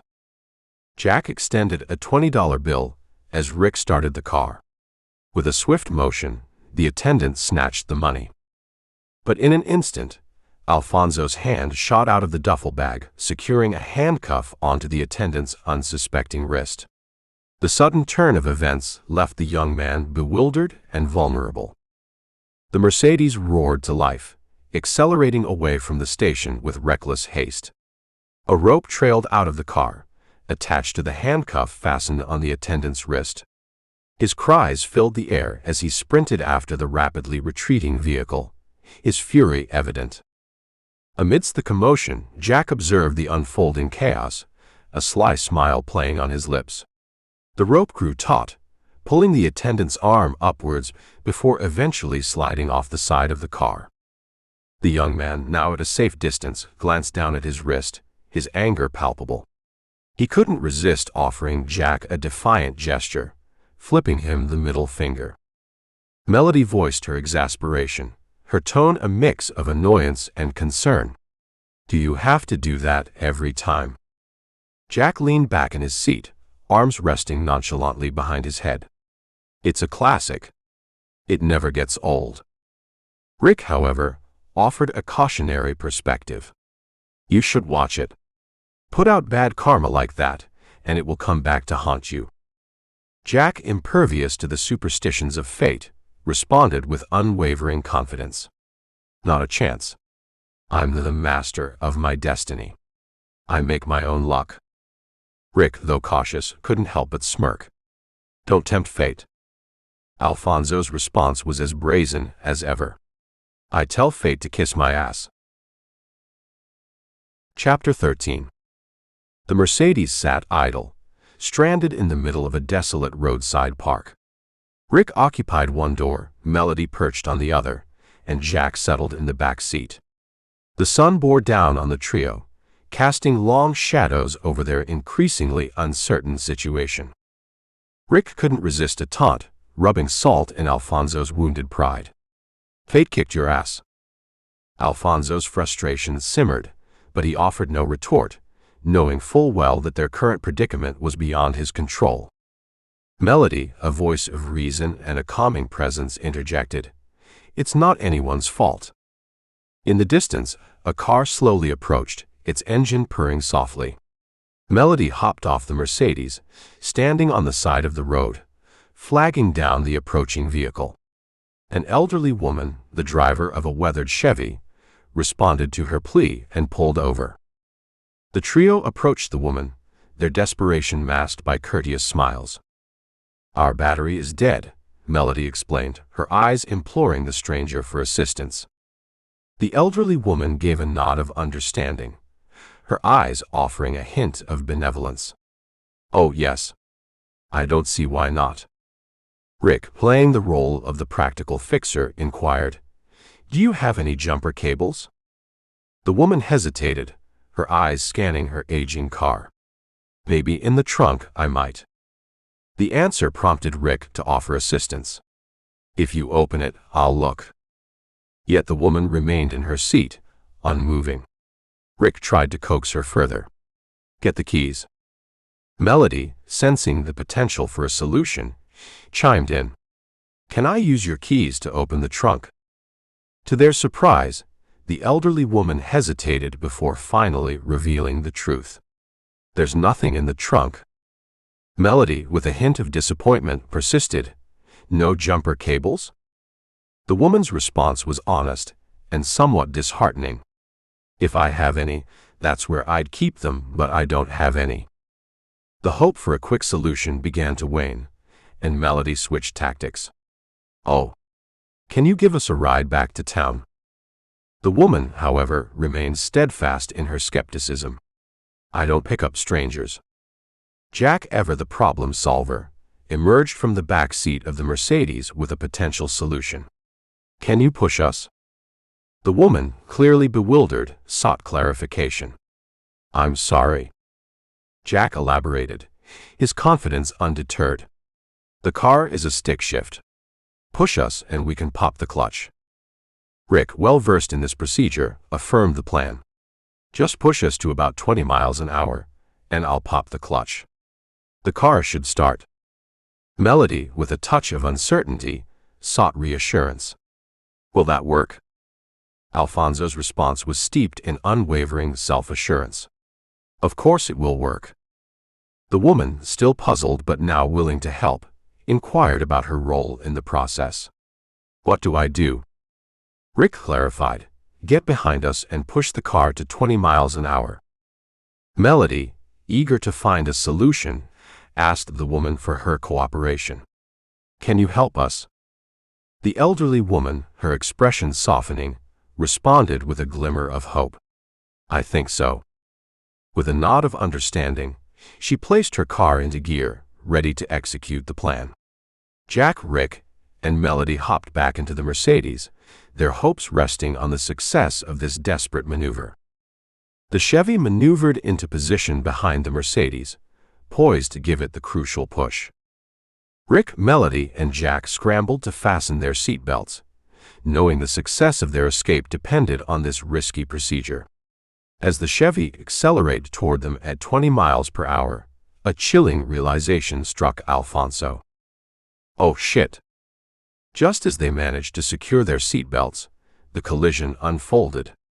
The Chevy crashed into the back of the Mercedes, sending shockwaves through the occupants. The two vehicles lurched forward but ultimately came to a stop, with the occupants left dazed but miraculously unhurt. Both cars sustained damage to their bumpers, yet they remained roadworthy. The elderly woman, seemingly unfazed, broke the silence. Did it start?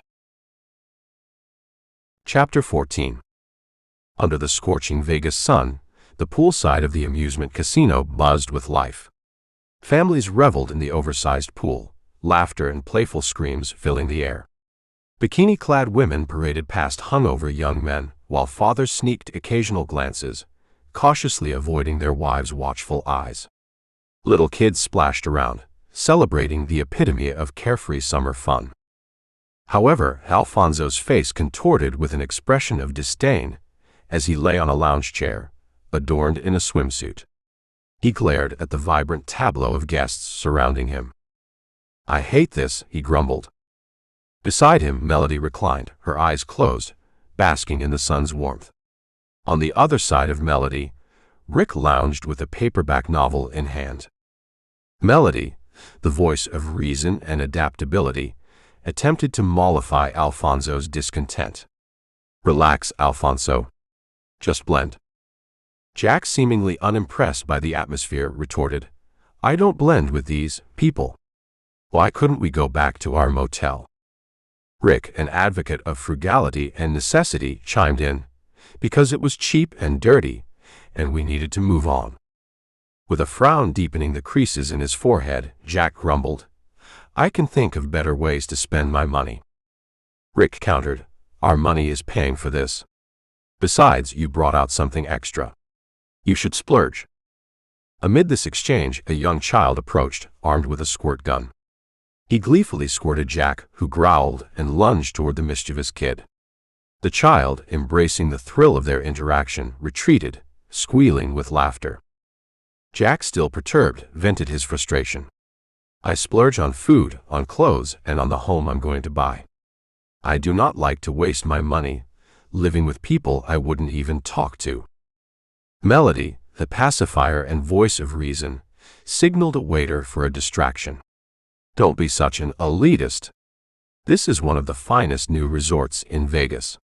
So what if it's filled with tourists? You pay the price." Waving over a waiter, she placed an order for drinks. "Can you bring us 2 margaritas and 1 bourbon?" The waiter promptly acknowledged their request and disappeared into the poolside bar.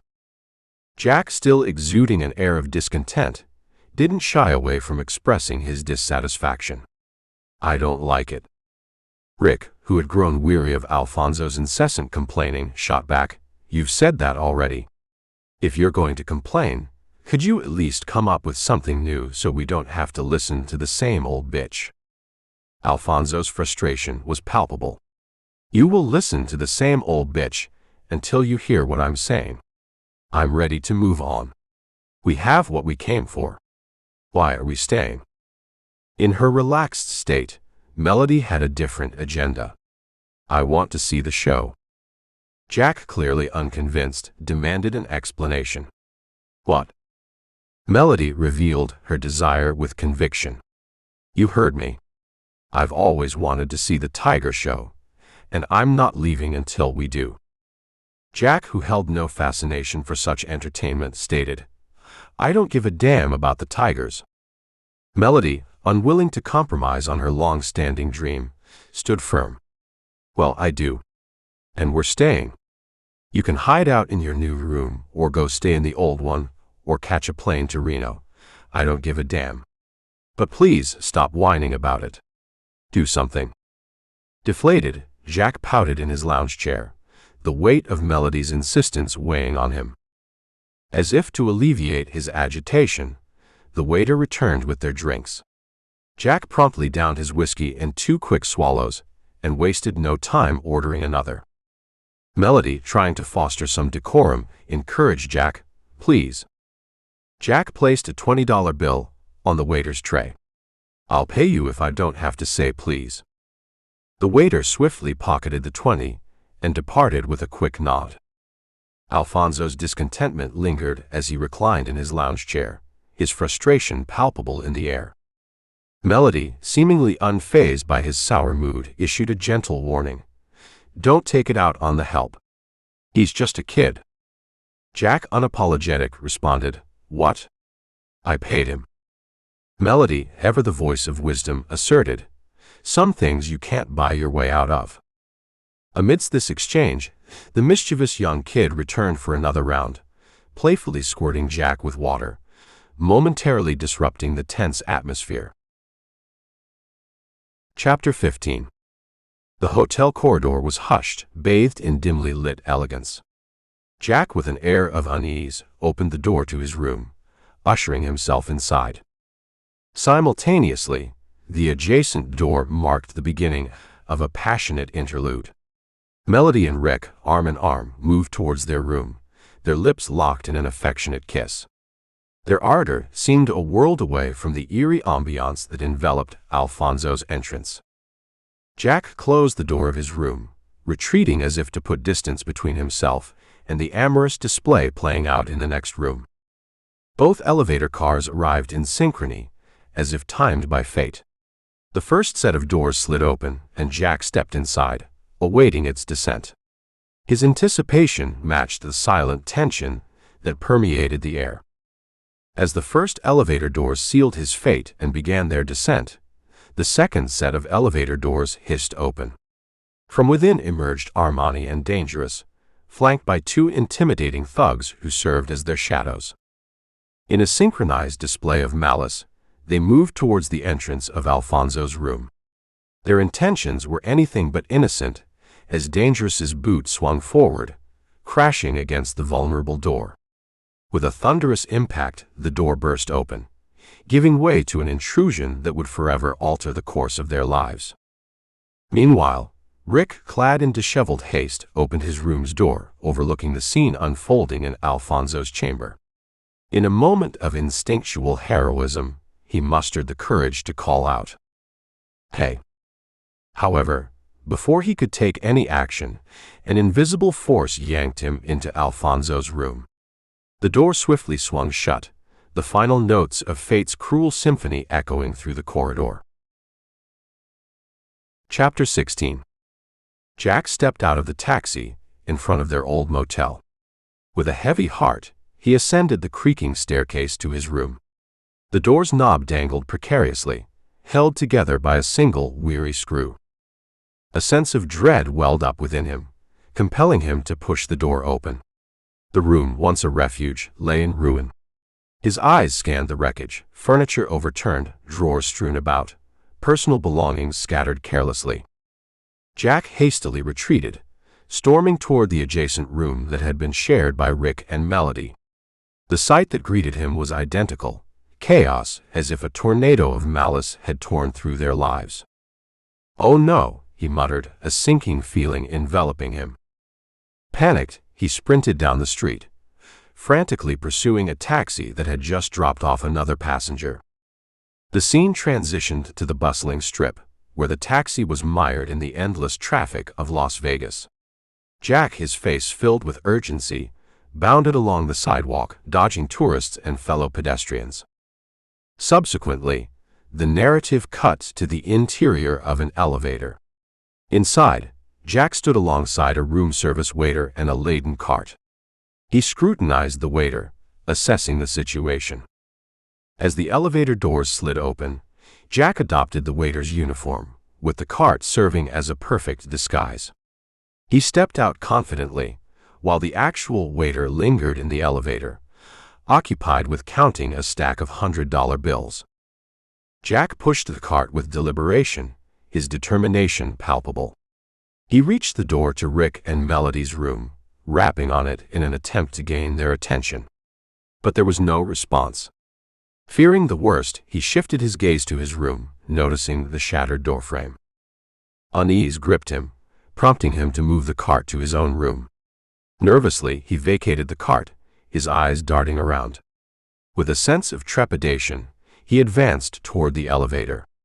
The doors opened, and he hastily entered, repeatedly jabbing the close door button. Yet, as fate would have it, the doors opened once more. In a burst of anxiety, Jack fled the elevator, leaning over the service cart and hammering on the door to his room. "Room service," he announced, the fear coursing through him. The door creaked open, revealing only a sliver of the space beyond. Jack propelled the cart forward with a swift and forceful motion, forcing the door to swing back. The cart rolled over one of the burly thugs, while Jack sprang into the room. With a powerful tackle, he floored the second thug, who was considerably smaller in stature. Breathless and tense, he perched on the edge of the bed, scanning the room. Dangerous, a sinister glint in his eyes, aimed the gun at Jack, who found himself in an increasingly dire situation. Rick was bound to a chair, struggling for air as the noose tightened around his neck. Melody, her eyes swollen from tears, cowered on the bed while being held back by one of the smaller thugs. Armani, another member of the sinister group, stood behind Rick, the noose sheet wrapped ominously around his neck. Rick's eyes bulged, and he gagged, his futile attempts to break free hampered by the constraints that bound him to the chair. "It's a good thing you came when you did," Leon sneered, his voice dripping with cruel sarcasm. "We were about to take our own lives, weren't we? Happens a lot in Vegas." The noose was drawn tighter around Rick's neck, his struggles growing more desperate. Jack, his hands trembling, produced a wad of cash from his pocket and tossed it onto the bed. "Is that it?" Leon demanded, combining the money with another pile in front of Melody. Jack was anxious to comply, for Rick's life was at stake. He replied, "That's all we have." Melody, however, added her perspective. "The rooms cost us $200 a night and dinner, and I bought some clothes and—" Leon cut her off, incredulous. "You're trying to tell me that you spent $3,000 in a day?" The revelation stunned her. She turned her glare toward Jack, making it clear that his financial mismanagement had caused their predicament. "That's all that's left," Jack insisted, his voice quivering. Melody continued to scrutinize him, her anger palpable. Armani interjected, "You really don't want that to be true." Once again, the noose sheet was tightened around Rick's neck, and he was dangerously tipped forward, gasping for air. It was a tense and horrifying moment. Desperation compelled Jack to make a last-ditch plea. "Wait." Melody added her voice, "Where's the rest of it, Alfonso?" "I can get it," he promised, looking directly at Leon and Armani. "Let them go. They didn't know." However, Armani tipped Rick backward, with the chair toppling over. It was a brutal display of their authority.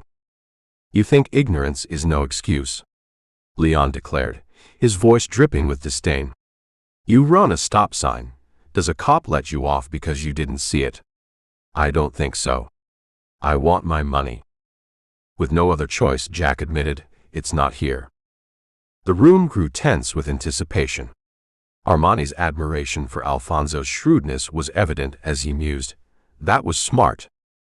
"That doesn't help him here, though," Leon asserted coldly. "No evidence gets you killed." Fear and determination intermingled in Alfonso's eyes as he hurriedly explained, "I can get it, I swear." Armani, seemingly swayed by Alfonso's desperation, tossed an ace of spades onto the bed. "It's not up to us," Leon declared ominously. "We're just middlemen. You'll have to talk to our CEO." Chapter 17. The mansion, perched high in the hills overlooking the desert skyline outside Las Vegas, was a sprawling testament to wealth and decadence. Upon their arrival, Dangerous, Armani, and the two menacing thugs exited the black Suburban. Rick, Melodies, and Jack followed, their faces fraught with anxiety. Mr. Vicious, a bloated, deeply tanned figure, was sprawled in a chair, engrossed in the Wall Street Journal. In the lavish pool, three scantily clad bimbettes swam with carefree abandon. Leon and Armani came to a halt, a respectful distance from Mr. Vicious, waiting for his signal. With deliberate precision, Mr. Vicious folded the newspaper, set it aside, and sipped from his coffee cup before finally gesturing for them to approach. As Leon leaned in close to speak softly to him, Mr. Vicious glanced at Jack, Rick, and Melody, and then back at Dangerous. "Where's my money?" he demanded, his voice booming with anger. In a sudden burst of fury, Mr. Vicious shoved Leon into the pool and sprang to his feet. He rushed toward the trio, his rage palpable, while Armani and the thugs shrank back, paralyzed by fear. Jack and Rick instinctively took defensive positions to protect Melody, who had nowhere to run. Mr. Vicious confronted them, fury flashing in his eyes as he snarled, "Listen to me, you little punk. I want my money, and I want it now. I don't give a damn how you get it, but I'm not waiting for it. You took it from me, and I want it back." Unnerved by the ferocity of his anger, Jack with trembling hands tried to comply, saying, "I took it from them." Rick urgently interjected, "Jack, shut up." "They were playing with borrowed money, my money," Mr. Vicious snapped, his anger unabated. "They said they had a system, a can't-lose system. Guess you proved them wrong." Jack, attempting to diffuse the tension, merely shrugged. "I got lucky." But Mr. Vicious wasn't satisfied. He retorted, "I bet you did. I like a little luck on my side, every now and then. I lucked out on this house. Want to know what makes it so great?" He paused for effect, before summoning the naked bimbettes for a chilling demonstration of power. "The ladies," he continued, an eerie smile playing on his lips. "Help me out." With that, the bimbettes let out a spine-chilling scream. "No one hears a thing. No one cares what goes on out here," Mr. Vicious emphasized with malevolent satisfaction. "And see those mountains behind us? No one ever goes up there to find the bodies. Do you understand me?" Jack responded tersely, crystal clear. "Now go get my money," Mr. Vicious ordered, his tone menacing. Jack, realizing the gravity of his situation, tried to reason with him. "I can't." Mr. Vicious, his patience dwindling, reached the end of his tolerance. He grabbed Rick and hurled him into the pool, demonstrating the consequences of defiance. "I do not like to be told no," he asserted, his eyes blazing with a Leon intensity. As Rick pulled himself to the pool's edge, Jack, his voice quivering with fear, made a final plea. "I can't get to your money right away. I still can get it, though." Mr. Vicious, though unfazed by Alfonso's predicament, retorted, "I don't care about your problems.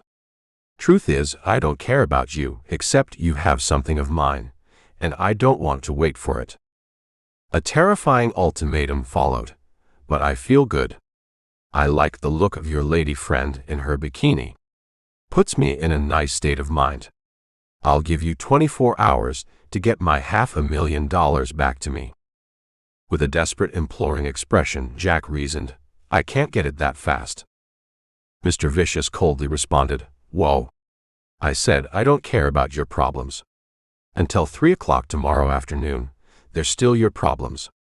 After that, I'll deal with it." Mr. Vicious calmly returned to his newspaper, dismissing Jack, who remained fraught with dread. Meanwhile, Rick pulled himself out of the pool, standing beside Melody as she clung to him. "Are you going to take us back to town?" Melody inquired. "You steal $5,000 from me, and you want a ride," Mr. Vicious replied, his irritation evident. Rick replied tersely, "We'll walk." He and Melody walked around the house, Jack hastily following them. Chapter 18. On the desolate road, Rick, Melody, and Jack trudged along, their dispirited figures casting long shadows on the sun-baked pavement. Occasionally, a passing car whizzed by, but despite their hopeful gestures and outstretched thumbs, no one seemed willing to stop and offer a helping hand. The simmering tension hung thick in the air as they walked, their resentments and fears bubbling to the surface. "God damn it, Jack, I should let them kill you," Rick seethed through clenched teeth. "Why, Jack, why?" Melody's voice trembled with a mix of anger and despair. Jack remained steadfast in his purpose, his gaze fixed on the horizon. "My family ranch. You could have shared it with us, Rick accused, his voice edged with betrayal. You had your share. You got more than your share. I gave you twice as much as you would have gotten, Jack defended himself. The words hung heavily in the oppressive silence. The tension was palpable as the trio walked, each step echoing the fractures in their once unbreakable bond. And stole 7 times more than that.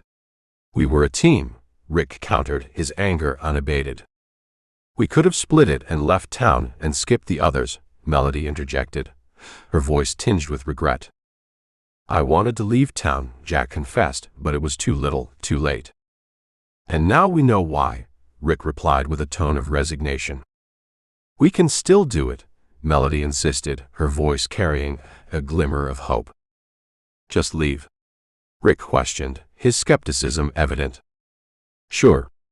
We'll go to the airport, take the next flight to anywhere, Melody suggested, trying to paint a brighter future. Rick exchanged a knowing look with Jack, a silent acknowledgement of their shared past and uncertain future. Go our separate ways, Rick proposed, turning his gaze back to Melody. Fine with me, Jack agreed, the finality of his words echoing the rupture of their once unbreakable bond. Melody, undeterred, looked at them with a sense of determination. Who has a credit card? Back at the hotel, Rick admitted, his gaze cast downward. Mine too, Jack confessed as they considered their limited options. Can we stop there? Is it safe? Melody questioned, her anxiety mounting. He said we had 24 hours. We can get far away from here in 24 hours, Rick argued, his desperation apparent. Their exchange was cut short as a truck pulled over. Without hesitation, they ran and hopped into the back, their spirits momentarily lifted by the prospect of a ride to safety. At the airport we split up, Rick said, once again revisiting the notion of going their separate ways. No, we stick together until Jack gets that money. Then we split it and split up. Fair. Melody proposed, seeking unity. Jack gave a reluctant nod. Okay. With their fate sealed for the time being, the truck sped away down the highway, carrying them further from the perilous clutches of Mr. Vicious and closer to an uncertain future. Chapter 19. In the dimly lit hotel room, Jack, Rick, and Melody hurriedly gathered their belongings, their shared anxiety hanging heavy in the air. The world outside had grown darker, and danger lurked in the shadows. Once ready, they made their way to the airport, hoping to leave behind the looming threat of Mr. Vicious and his relentless pursuit. The taxi pulled up outside the airport terminal, and Jack was the first to exit. But before he could make his escape, Leon appeared, slamming the door shut with a deafening thud. The ominous warning was clear: there was no easy way out, and they were under constant surveillance. With Dangerous's lingering presence, the taxi sped away, leaving Jack, Rick, and Melody trapped in a city that had become a treacherous maze. They retreated to the casino, seeking refuge amidst the dazzling lights and ostentatious displays. In front of a grand fountain, their minds churned with uncertainty, each attempting to devise a plan to extricate themselves from this nightmare. Rick, the voice of reason, expressed his concerns. If they're watching us, we can't even drive out of town. Melody, ever the realist, added, we would have to rent a car, and that takes money. Do you have any? Me neither. And if we're going to get money, we might as well try to pay back the man. Frustration gnawed Jack, who was ready to do anything to escape this predicament. We could steal a car. Melody's apprehension grew. Do we really want the police after us too? Desperation hung over them like a heavy shroud. Rick's voice broke through the mounting tension. Then what? You tell me what to do, and I'll do it. Amidst their disarrayed thoughts, Melody spotted Raj strolling down the sidewalk, accompanied by Mercedes, the bimbo from the previous night. A plan began to form in her mind, and with determination in her eyes, she prompted the others into action. Without a word, they fell in step behind Raj, embarking on a risky path to seek the answers they so desperately needed. As they moved forward, they knew that their choices would define their fate, and the shadows of their past actions cast a long, ominous specter over their future. Chapter 20. In the dimly lit hotel corridor, Rick, Melody, and Jack observed as Mercedes led the Rajman into a spacious room. His recent success was evident. He had moved up in the world, and the luxurious setting was a far cry from their recent predicament. Sitting in the elevator, they contemplated their next move. Rick suggested mischievously, "Want to try the room service trick again?" Melody couldn't help but smile despite the circumstances. "Worked so well the first time." Later, Jack, disguised as room service, wheeled a champagne-laden cart to the door and knocked. Mercedes answered the door, initially mistaking him for someone else. Mercedes welcomed the unexpected intrusion, and the room service guys allowed Jack to enter unnoticed. However, Raj was in the room, appearing somewhat familiar with Alfonso. The unexpected confrontation escalated as Jack pounced on Mercedes, while Rick and Melody rushed in. The room filled with tension and chaos as the group sought to uncover the money Raj had won. Raj, initially reluctant, soon confessed to his hidden winnings. Mercedes, caught in the middle of the chaos, propositioned Jack, expressing her desire to join his endeavor. A passionate kiss sealed the promise that he'd return for her. With Raj effectively distracted, the trio left the room, taking with them the money they'd sought. The door closed, and the muffled sounds of commotion lingered as they departed. As they left the hotel room behind, Melody inquired about their next steps. She wanted to know how they'd make their ill-gotten gains grow. Jack, ever the resourceful one, offered a plan. "There's another game across town." "There's always a game. You just have to find it." The trio stepped into the elevator, leaving the chaos and uncertainty of the hotel room behind. They were bound by their past actions and decisions, their fates uncertain, but they remained committed to navigating the perilous path ahead. Chapter 21. Inside the bustling casino, Jack, Rick, and Melody surveyed the frenzied crowd that surrounded the slot pit. The cacophony of clinking coins, flashing lights, and excited chatter filled the air. With a determined expression, Jack stated, "I need money." Rick nodded in agreement. "That's why we're here." Jack clarified his intent for the game. Melody, ever prepared, retrieved a roll of cash from her purse and slipped it into Alfonso's hand. Their unspoken understanding was clear, and she wished him luck with a kiss on the cheek. Their brief moment of affection was interrupted by Rick, who, with a playful cough, reminded them to focus. "For luck," Jack explained as he pressed his lips to Melody's. With the cash in hand, Jack made his way to the poker room, passing through the casino. At the entrance, he displayed the money to a burly Russian thug guarding the door. The thug acknowledged him with a grin, exposing a snaggletooth before gesturing for Jack to enter. Once inside, Jack muttered to himself, "I hate Russians." The poker room was dimly lit, bathed in the eerie glow of blue cigar smoke. Jack took his place at the table, surrounded by a motley crew of Russians. The atmosphere was tense, with the players staring each other down over their cards. Silently, they raised the stakes, adding to the tension in the room. Jack assessed his hand, glancing at the faces of his adversaries, men marked by hardship, strife, and desperation. He pushed his chips into the pot, but the outcome was far from certain. His luck wavered as he won some hands and lost others. Alfonso's desperation grew, and he resorted to desperate measures. He attempted to palm cards from various hidden locations on his person, but nothing seemed to work. The pile of chips in front of him dwindled, but he kept pushing forward. As the stakes escalated, the pot in the center of the table grew substantially, chips spilling over the edges. The remaining players locked eyes, contemplating their cards and sizing up their competition. One by one, the other players folded, leaving Jack facing a bald man. They exchanged silent, competitive glances while silently raising the stakes further. The pivotal moment arrived as they revealed their cards. The bald man laid down a full house, holding 3 queens. But Alfonso's confident smile hinted at a surprising twist. He unveiled his hand, displaying 4 kings. Victory seemed within reach. However, a sudden intervention shook the atmosphere. A man in glasses, who had silently observed the game, reached out and grabbed Alfonso's arm, revealing a hidden king of hearts. It was a shattering revelation, and tensions in the room soared.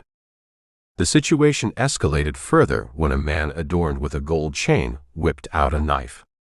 Jack had no choice but to make a daring move. He flipped the table, causing chaos and scattering chips and players. Amid the chaos, the Russian thug guarding the door burst in. Alfonso's quick thinking allowed him to overpower the thug, flipping him into the fallen table. With chips and players scattered in their wake, Jack raced through the casino, his friends Rick and Melody joining him as they narrowly dodged gamblers and elderly ladies. Their escape was anything but smooth, as they were pursued by the vengeful thug and the incensed poker players. As the trio fled into the fray, their pursuers fell in step behind them, the drama of the poker room cascading into the tumultuous casino, marking the beginning of a thrilling escape. Chapter 22. Gasping and sweating from the intense desert heat, Jack, Melody, and Rick raced up the street, pushing through the bustling crowd. Panic loomed in their eyes as they frantically sought refuge in yet another casino, their pursuers hot on their heels. Outside the casino, the trio emerged through another exit, casting nervous glances over their shoulders to ensure they had evaded their relentless pursuers, at least for now. Inside their hotel, Rick took the lead, guiding his companions into the elevator. He quickly pressed the button for the top floor, his own breath heavy from their narrow escape. Exhausted and bewildered, Rick demanded answers. What was that? Jack, grappling with the adrenaline rush of their escape, admitted, I got caught. A hint of disbelief crept into Rick's voice. I thought you were good. Jack acknowledged the failure humbly. They were better. Melody, her voice trembling, interjected, What are we going to do? Rick, ever the pragmatist, focused on immediate concerns. First things first. We need to make sure we've lost them. We'll go around to the top floor, cross to the other side, and then down again. We should keep moving away from here and keep our eyes open. Hopefully, they'll forget about us. Alfonso's response was tinged with worry. They're Russian. Rick's frustration flared as he retorted, Damn it, Alfonso. Do you actively seek trouble? How much harder can you make it for us? In his defense, Jack explained, How did I know they were going to catch me? Rick pressed the issue, emphasizing the dire consequences. Russians won't give up. It's a matter of their honor. Jack countered, They don't have honor. I think they were cheating. Rick was quick to point out the irony. You were cheating. Unapologetic, Jack confessed, So? Melody, caught in the middle, tried to mediate. We all needed the money. Rick sighed in exasperation. And look where you've got us. We're on the verge of death. Undeterred, Jack showed a glimmer of defiance. I'm not going to die. Rick's prediction was bleak. One way or another, one of these groups will catch you and put a bullet in your head. Jack maintained his defiant stance. They have to catch me. Sensing the urgency of their predicament, Melody added, We're running out of time. They finally arrived at the top floor, and as the elevator doors opened, the trio emerged, slowly walking down the corridor. Their search for a solution to their perilous situation had just begun. Chapter 23. Jack, Melody, and Rick stood in a bar, lined up against the counter, seeking solace and refuge after their nerve-wracking escape. Jack downed whiskey shots with abandon, the liquid fire coursing through his veins as he eagerly reached for another pour from the bottle on the bar. Meanwhile, Rick and Melody sipped wine, displaying more refined restraint and sophistication. Amidst the tension, Rick began to recount a movie he'd once seen, a heist movie with a compelling plot. I saw a movie once and I thought, what a great way to make some cash. It might work. His voice was filled with a hint of intrigue. Jack downed another shot, intrigued by the story. What happened? Rick went on, sharing the heist movie's storyline. There was a janitor who wanted to be rich. He worked in a casino. Every morning, an armored cart, like a guarded hot dog cart, rolls around to all the tables to collect the money from the night before. You know where the dealer sticks the bills in, and swoosh, they slide down. He made a motion to mimic the money's journey down the table. Engrossed, Melody listened intently.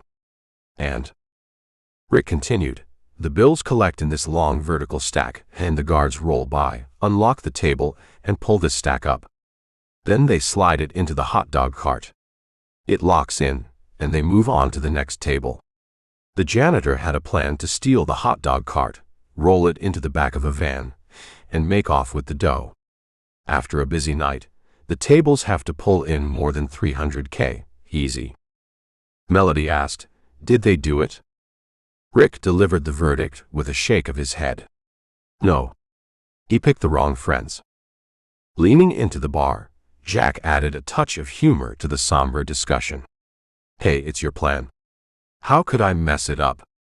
Rick seemed to concede the point, but noted the lack of hot dog carts. I didn't say we could do it. I said I saw it in a movie. Melody, practical as ever, considered the feasibility. They had to get the idea from somewhere. Have you seen any hot dog carts around here?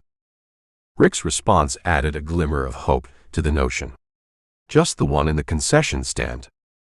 Jack, with his unique perspective, suggested, no, that's how they do it. Every morning at 6:15. Skeptical, Rick questioned the veracity of the information. Are you sure? Confidently, Jack confirmed, I know someone like you is sound asleep at 6:15 every morning, so you wouldn't know. But I'm just getting in, so I see them. The trio contemplated the viability of the heist as they sipped their drinks. Melody, taking the first step toward planning, inquired, do you think it would work?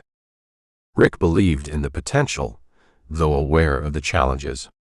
We'd have to think of a better way to get away. The van didn't work so well in the movie. Jack raised a pertinent concern. Hello, the movies are not real life. Where are we going to get guns? Rick offered an alternative, drawing on the movie for inspiration. They didn't use guns. They had pepper spray. Melody was curious about the use of pepper spray. Pepper spray. Rick elaborated. A shot in the eyes puts a man down for 10 or 15 minutes. If there are only 2 guards, we could hit them hard and fast, grab the cart and run. Skeptical, Melody voiced her reservations. Run where? Jack pitched in with a potential escape plan. To the elevators. Rick raised an issue with Alfonso's suggestion. We'd be trapped. Confident in his strategy, Jack countered, no, just like with the Russians. We'd get in one, hit a few floor buttons. They'd have to shut the whole hotel down to search. We'd open the cart in the elevator and take the money. Melody pointed out the obvious problem with the plan. That still leaves us trapped upstairs with bags of money. Rick offered a solution to deal with the potential predicament. Fire. We could start a fire. Get lost in the evacuation. However, Melody expressed her hesitation, recognizing the plan's flaws. I don't like it. We need more time to plan. Jack, feeling the urgency of their situation, stressed their limited options. We don't have time. And it's a good plan. We're out of choices. Melody insisted on a more solid plan, wary of the risks. It's not a plan, it's an idea. And ideas without plans are a great way to get killed. Rick, ever the realist, sought to reassure Melody. No one's going to get killed. If we get caught, we'll go to jail. That will buy us time to get the mafia guy his money back, and he'll leave us alone. And since we're only using pepper spray, it's non-lethal. We can plead down to a lesser charge. Jack, motivated by personal stakes, highlighted the potential outcome. I'm not going to jail. Rick acknowledged the potential outcome, but remained focused on survival. If it comes down to being in jail or being dead, I'll take jail any day. Less than 2 years with good behavior, maybe not even that much. But we might not get caught. We can hand the money over and still have the dough Jack sent south. Jack saw the opportunity to redeem himself. That's buying my ranch back. Melody, reminding Jack of their shared goals, stated firmly, our ranch. You owe us that much. We split it again, just like we've planned from the beginning. With decisions made, Rick inquired, so we're going to do it? Melody responded pragmatically, acknowledging their lack of alternatives. You're right, we don't have a choice. Together, they raised their glasses, clinking them together in a toast, as a new plan and newfound determination took root in their hearts. Chapter 24. In a dimly lit store, Jack picked up a rack of pepper spray canisters and placed them on the counter. The clerk, unimpressed by the large purchase of pepper spray, shook her head as she rang them in and stuffed them into a bag. The uneasy atmosphere was palpable, as if something extraordinary was on the horizon. Come to party? The clerk asked, her voice laced with sarcasm.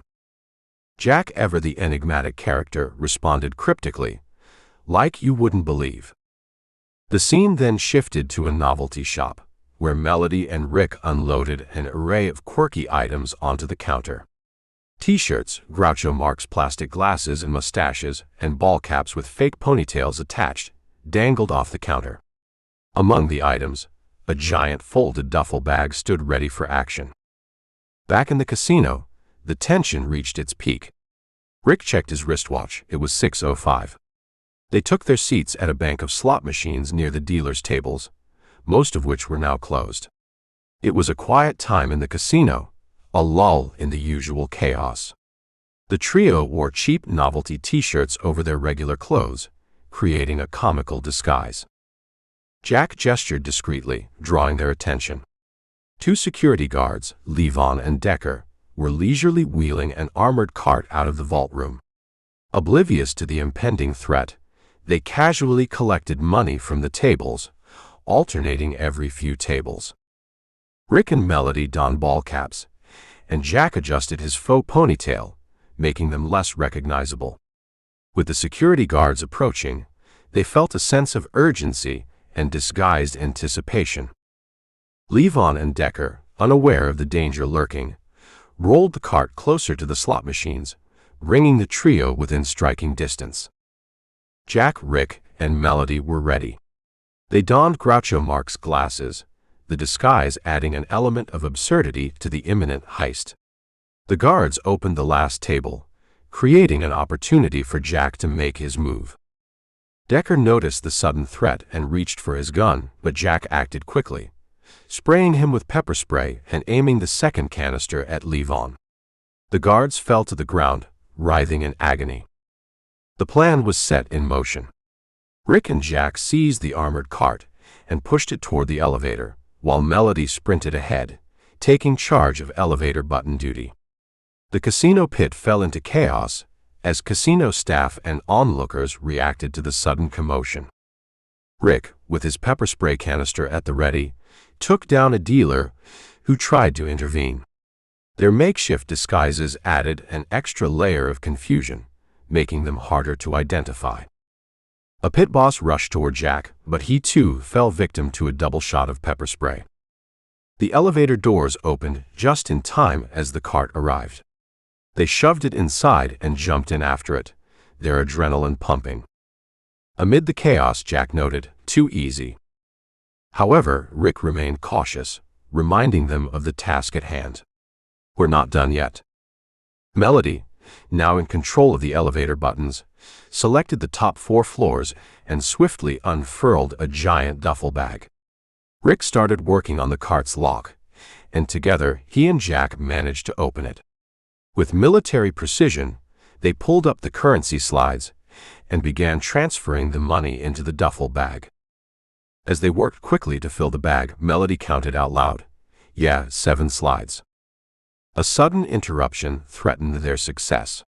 The elevator doors opened unexpectedly, taking them by surprise. Jack reacted swiftly, using his pepper spray to incapacitate a curious cowboy, who cried out and collapsed. After managing to load the duffel bag with an abundance of cash, the trio found themselves struggling to zip it shut. The duffel bag was overflowing, and the slides they'd removed lay scattered on the elevator floor. The elevator doors opened and closed repeatedly as they tried to zip the bag shut. It was a race against time, and their adrenaline surged as they scrambled to secure the ill-gotten gains. Melody, wiping away the sweat that beaded on her brow, exclaimed, "The doors keep opening." Desperate to keep their heist a secret, they removed their novelty t-shirts, dropping them on the floor along with the ball caps and glasses. Rick used a t-shirt to wipe down the cart and elevator buttons, leaving no traces of their presence. With the money secured, they reached the elevator doors, preparing to exit and leave behind a wave of chaos. But just before they left, Jack took an unexpected action. "Jack, let's go," Melody urged, anxious to make their getaway. Jack hesitated, catching the closing doors with his fingers, his gaze locked on the ascending elevator. As the doors reopened, he forced them wide, revealing a dark elevator shaft that seemed to stretch endlessly into the depths below. While Rick and Melody pressed him to move on, Jack made a sudden, dramatic decision. He pushed the empty cart into the elevator shaft. "That was destructive," Rick commented on the unexpected move. But Jack, with a sly grin, explained the rationale behind it. "They can't use that elevator." Their flight continued as they dashed into the corridor, leaving the casino behind. Still concerned, Melody pointed out, "There are other elevators." Rick reassured her with a smirk, "No one can use the elevators." Jack took it a step further, responding to Melody's query, "Why not?" And then, with a decisive and somewhat mischievous move, Rick reached up and yanked the fire alarm down, unleashing a shrieking klaxon that reverberated through the entire building. The heist was on, and there was no turning back. A patron stumbled into his room, bewildered and alarmed by the commotion outside. "What's going on?" he asked, his voice trembling. Rick, with a tone of urgency, replied, "Fire. Please remain calm, evacuate the building."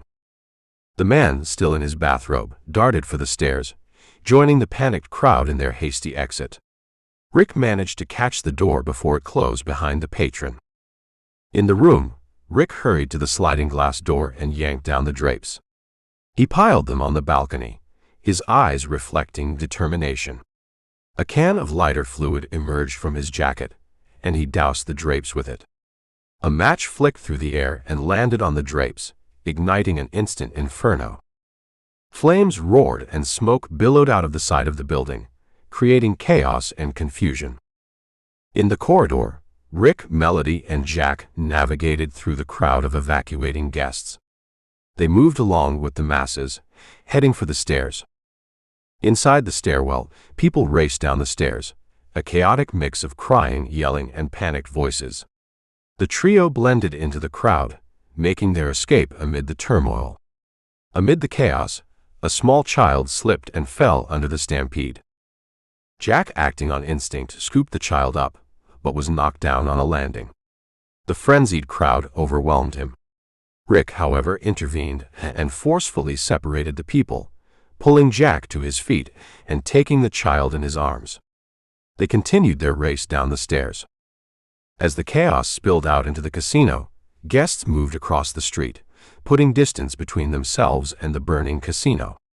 Fire trucks, police cars, and ambulances filled the driveway. Police officers directed the crowd, ensuring safety and order.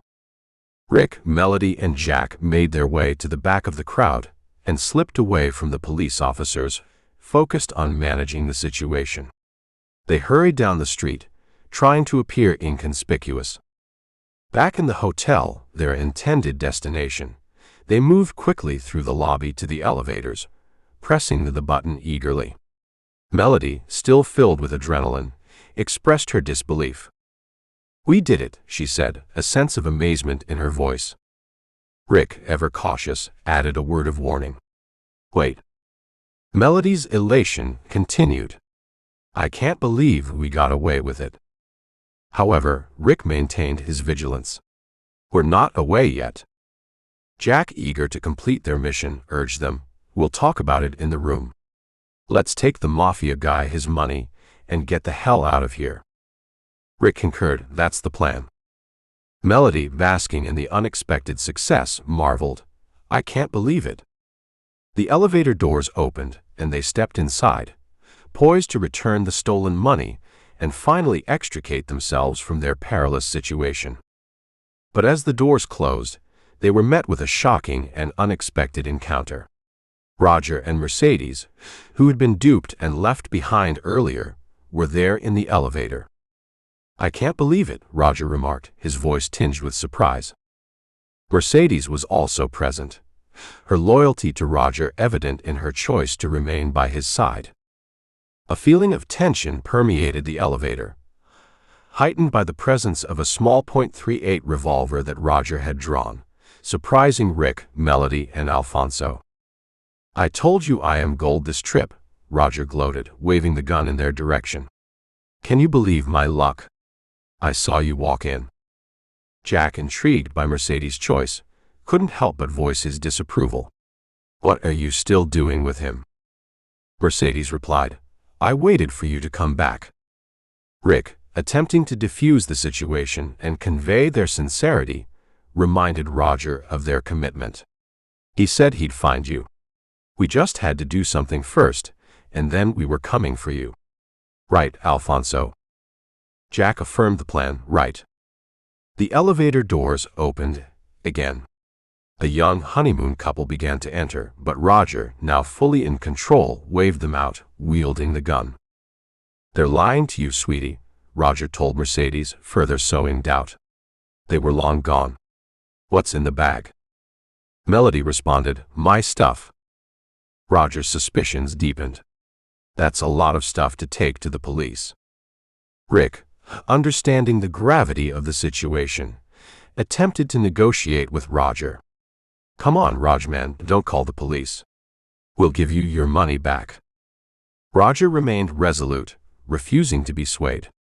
"I'm calling the police. You robbed me. Twice." In an attempt to change Roger's mind, Rick made a compelling offer. "We'll give it back. All of it, with interest." Roger's skepticism was clear. "Why should I believe you?" Rick, trying to reassure him, spoke earnestly. "It's in our room. You can come with us to get it." Roger, however, was not convinced and waved the gun at Rick. No, I don't think you're stupid," Rick replied, attempting to placate Roger. "I was just reassuring you." Roger maintained his stance, asserting his authority with the gun. "I don't need your reassurance." The elevator doors opened once more, and Melody seized the opportunity to provide evidence of their intent. "This is our room, Raj." Roger complied, standing back to allow them to exit into the hallway. "Open the bag," he ordered, his tone firm. Rick attempted to reason with Roger, explaining that the money was in their room, not in the bag. "The money's in our room," Rick stated. Roger insisted, "Great. Open the bag." Jack reached out to confront Roger, but the situation grew even tenser as Roger pressed the pistol against Alfonso's chest, preventing any aggressive actions. "I like you least of all," Roger commented, directing his displeasure at Alfonso. Mercedes implored Roger to reconsider, saying, "You don't need the bag, Roger. Just get your money from their room." Rick assured Roger of their intent to return the money, adding, "We'll give it back. All of it, with interest." But Roger, his mistrust deep-seated, was not easily swayed. His gaze was skeptical as he regarded Rick. "Why should I believe you?" Roger asked once more. Rick sought to quell Roger's doubts. "It's in our room. You can come with us to get it." Still, Roger remained steadfast in his resolve, brandishing the gun and commanding Rick to open the bag. Faced with no other choice, Melody, succumbing to the pressure, dropped the duffel bag onto the floor. Mercedes, under Roger's command, pushed the bag containing the stolen money closer to him and unzipped it. Raj stared in awe at the incredible bounty before him, the magnitude of their ill-gotten fortune. "Holy shit," he muttered, his disbelief evident in his voice. Mercedes, her voice filled with awe, commented, "That must be $1 million." Suddenly, Rick leaped at Raj, launching them into a violent struggle over the gun. Mercedes screamed in panic, scrambling toward Alfonso. He firmly pushed her away, ready to pounce on Raj. But in the chaotic scuffle, a gunshot echoed through the confined space. Bam! Rick was thrown against the elevator wall, sliding down to the floor, blood spattering around him. Melody's horrified scream pierced the air. Raj, holding the gun, quickly attempted to justify his actions. He made me do it," he stammered, his words laden with desperation. He grabbed Mercedes by the arm and dragged her to her feet. "He attacked me." "It was self-defense," Raj continued, as he reached for the elevator's call button. The doors slid open, as Jack and the others stared at the lifeless body of Rick. In a swift and callous move, Raj shoved Mercedes into the elevator, tossing the money inside with her. Jack lunged toward Raj, but he was too slow. The doors closed, leaving Jack grappling with his own frustration, trying in vain to pry the doors apart. "Jack!" Melody exclaimed, her voice fraught with anguish. Jack, torn between pursuing Raj and aiding his wounded friends, finally decided to assist Rick and Melody. He rushed to Melody's side and, along with her, managed to lift Rick off the floor. Rick's determination remained unwavering. "Get the money," Rick insisted, his voice filled with urgency. Melody passionately countered, "Don't worry about the money. Let's get you some help." But Rick was resolute. "I won't need any help if we don't get the money." Melody implored him to let go of the stolen fortune, emphasizing the need to prioritize his well-being. "Forget the money." Rick argued back, convinced that the money was their lifeline. "We can't. We need it." As the elevator doors opened, a housekeeper with a towel cart appeared, oblivious to the traumatic scene unfolding before her. Jack grabbed 2 towels as they entered the elevator with Rick. The doors closed behind them, leaving the housekeeper alone with the bloodstain on the floor. She sighed, as if this wasn't the first time she'd encountered such a mess, and began cleaning it up. Melody and Jack did their best to support Rick, still reeling from the shock of the elevator confrontation. "How can we find him?" Melody asked, her voice tinged with frustration and concern. Rick, his determination unwavering, replied, "The Raj man can't be too hard to find." As the elevator doors opened once again, they were met with an unexpected and Leon encounter. The Russian thug and bald man stood waiting for them. "Damn it," Jack muttered under his breath as they swiftly reached into the elevator, grabbing Rick, Melody, and Jack and dragging them out into the perilous unknown. The trio was hastily bundled into a waiting Mercedes, with Rick bleeding and injured from the gunshot wound. A vigilant security guard noticed the commotion, raising his radio to his lips. "Aren't we looking for 2 men and a woman?" he inquired. The voice on the radio responded with an affirmative. The guard swiftly reported the situation. "I just saw some people getting hauled away by some Russians. Black Mercedes. North on Las Vegas Boulevard." The voice on the radio acknowledged the report with a curt, "We're on it." Int Mercedes. In the backseat of the Mercedes, Melody and Jack flanked Rick, who clutched a blood-dampened towel to his side. Melody was busy trying to comfort and tend to Rick as best as she could. "He needs a hospital," she insisted, deeply worried about Rick's worsening condition. The Russian thug, noticing their concern, offered a chilling response, his smile unsettling. "He gets off easy." Jack made a desperate plea, offering to surrender peacefully in exchange for their safety. They had nothing to do with what's between me and you. Let them go, and I'll come with you quietly. The thug, not in the mood for negotiations, retorted, "We already have you." In a sudden burst of defiance, Jack launched a headbutt directly into the thug's nose, eliciting a painful crunch and a high-pitched scream from the thug. Despite the damage he had inflicted, Jack was not unscathed and reeled from the impact. As the bald man, who had been driving the Mercedes, turned to see what had transpired, he brandished a gun and pointed it menacingly at Alfonso.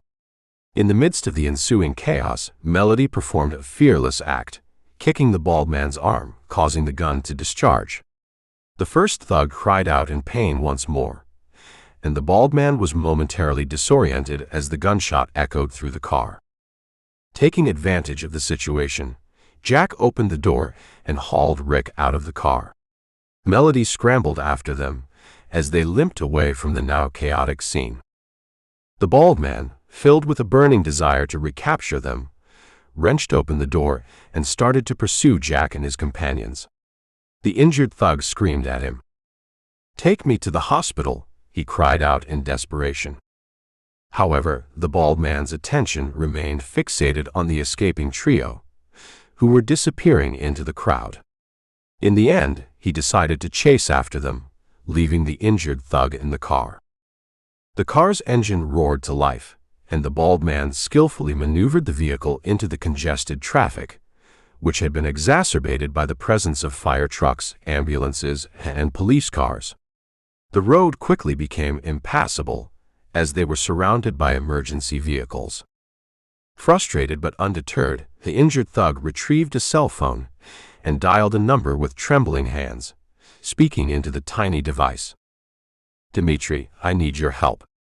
He urgently requested assistance, recognizing that his chances of catching up with Jack and the stolen money were rapidly diminishing. Chapter 25. The night was sultry on the dimly lit street, as Melody and Jack struggled to drag Rick's wounded body along the uneven sidewalk. Shadows of passing tourists swirled around them, oblivious to the drama unfolding. As they rounded a corner, the neon lights of a grand casino bathed them in an eerie, fluorescent glow. It was here that they ran headlong into Leon and Armani, two ominous figures who exuded an air of danger and mystique. "Where are you going?" Dangerous's voice rumbled like distant thunder, making the trio's hearts race. Armani's sharp eyes fell upon the blood-soaked towel clutched to Rick's side. "Hey, look. Did someone beat us to it?" he remarked, a hint of concern lacing his words. Jack, their savior and betrayer, spoke up, his voice quaking with a mixture of fear and defiance. "We have your money." With menacing efficiency, Leon and Armani forced them behind a parked tour bus, away from the prying eyes of the curious casino patrons. "That's a good thing since it's after 3, Leon remarked, his sinister charm emphasized as he elaborately glanced at his watch, his words tinged with a veiled threat. Rick's voice trembled as he gasped, "I'm shot." Suspicion hung heavy in the air, and Dangerous's eyes bore into Alfonso. "Who did it? Did you get caught cheating again?" he questioned, his tone accusing. Melody, who had been silently contemplating the dire situation, finally interjected, her voice quivering with desperation. "He needs a hospital." Dangerous, however, remained unyielding, his cold demeanor making it clear that compassion was not on the table. "That's not really our problem, is it? The way I see it, our problem is, where's our money?" Jack, despite his nervousness, reaffirmed, "We have your money." Armani, the silent partner in this menacing duo, chimed in. "Where is it?" Melody, her eyes darting around nervously, admitted the truth. "We don't have it with us." Their responses seemed to agitate Dangerous. "Haven't we heard this before?" Armani agreed, an ominous smile curling at the edges of his lips. But Jack, determined to stand his ground, pressed, "No, we have it. We don't have to wait for it." Armani's patience waned and he demanded, "Then hand it over." Rick, summoning his strength, intervened. "It's too much to carry around in the open. We gave it to a friend for safekeeping." Leon scoffed, a faint glint of irritation in his eyes. "That's one of those ideas that sounds smart when you're thinking about it, but when it comes time to do business, where's the money?" "We'll take you to it," Rick declared, his voice filled with an unyielding determination. Melody and Jack exchanged apprehensive glances, both wondering whether this decision was a desperate move or a clever diversion. "We will?" Melody asked, her voice trembling with uncertainty. Rick met her gaze with unwavering determination. "Of course we will. It's at our hotel. Our crowded, overpopulated hotel, where our friend and plenty of other people are." With a final shove, Leon and Armani maneuvered Jack around the front of the tour bus, leading the way to the unknown, with Melody and Rick following closely behind. Melody whispered to Rick, her words barely audible over the ambient city noises, "Think fast." Rick, struggling to maintain his composure, whispered back, "I'm trying." The tension hung in the air like a heavy storm cloud, ready to burst at any moment. Chapter 26. The scene shifted to the casino, the same one Rick, Melody, and Jack had daringly robbed not long ago. The chaos that had previously engulfed the area had subsided. Most of the cop cars and emergency vehicles had vanished, leaving behind an eerie calm. The casino exterior was bathed in the surreal glow of its neon lights. The trio, with Leon and Armani as their captors, walked past the two remaining cop cars. Security guards Levon and Decker engaged in an intense conversation with the four policemen, Murphy, Hannibal, Burton, and Chase. The guards abruptly stopped in their tracks, their gazes locked onto Jack, Rick, and Melody as they passed by. The four cops exchanged knowing glances, their suspicion palpable in the air. "Does that seem the least bit suspicious to you?" Murphy questioned, a hint of unease in his voice. "I don't like it," Burton added, his hand instinctively reaching for the radio on his belt. Levon, who had a hunch, chimed in, "I think that's the robbers." With a tense glance, Burton let his radio drop onto the car seat. Murphy's eyebrows furrowed as he realized the implications. "With those two?" Levon affirmed, "Yes, sir." Burton reiterated, $1 million. The decision was swift. Murphy addressed Levon, "We'll check this out." As the four cops hastily made their way back to their respective cars, Murphy issued a clear directive. "No one calls this in until we find out more." "Got it." In a synchronized motion, Murphy and Burton squeezed into one car, while Hannibal and Chase occupied the next. The engines roared to life, and the two cop cars blended with the nocturnal cityscape. "How many years do we work to make $250,000? Murphy mused aloud. Burton, sharing the same sentiment, responded, 6. Murphy's voice took on a sinister edge. 6 minutes if we take it from them. The cop car stealthily pulled onto the street, tailing the group as they moved in front of another hotel. The tension hung thick in the air, as if a ticking time bomb threatened to explode at any moment, with the prospect of the stolen money igniting a perilous chase through the dark, unforgiving city. Chapter 27. The Russian car screeched to a halt right in front of Rick, Melody, and Alfonso. Leon and Armani swiftly positioned themselves on either side of the trio, their hands hovering menacingly over their armpit holsters. The bald man, a looming figure with a stern demeanor, spoke with authority. "They are coming with us." Armani inquired with suspicion, "Is this the shooter?" Dangerous, scanning the situation, responded, "I don't think they are." The thug who had been shot was nowhere to be seen, replaced by an equally ominous figure, Lug. He climbed out of his car, and a small machine gun tumbled into the gap between the car door and the car body. Frustration consumed Rick, who muttered, "Damn it, Alfonso." Jack, feeling the weight of the moment, defended himself. "How was I to know?" The bald man insisted, "I said they would come with us." But Leon remained defiant, declaring, "And I said no." A tense standoff unfolded, with the four imposing figures locked in a silent, intimidating gaze. Rick, Melody, and Jack found themselves trapped in the perilous middle of this power struggle. As the tension escalated, Murphy, the persistent cop, pulled up behind the Russians and sounded his siren once. The lug, realizing the gravity of the situation, dropped the machine gun to the car floor. Jack, acting on pure instinct, seized Rick and Melody and bolted toward the hotel lobby, their hearts racing and adrenaline surging through their veins. Dangerous, Armani, and the bald man pursued them with unwavering determination, a relentless storm on their heels. Murphy didn't hesitate. He pushed Burton out of the squad car with urgency, commanding, "Don't lose them." Burton promptly gave chase as the pursuit raced on. Hotel lobby. Rick, Melody, and Jack stumbled through the densely packed crowd in a desperate bid to escape. Jack, thinking on his feet, hurled a luggage cart into the path of their pursuers, creating a chaotic obstruction.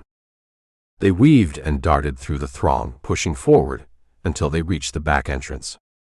There they collided with Raj and Mercedes, a tumultuous collision sending them all tumbling to the ground. Raj's .38 caliber pistol slid out of his pocket and clattered across the floor. Fearing for their lives, Melody picked up the discarded firearm and pointed it directly at Raj. Her voice quivered with tension as she demanded, "Give us the bag." Raj, his expression a mixture of fear and defiance, insisted, "I don't have it." Melody's eyes darted around anxiously as Jack seized Raj and Mercedes. In a moment of desperation, Jack pushed Raj ahead, and Melody grabbed Rick. Together, they followed closely behind Raj.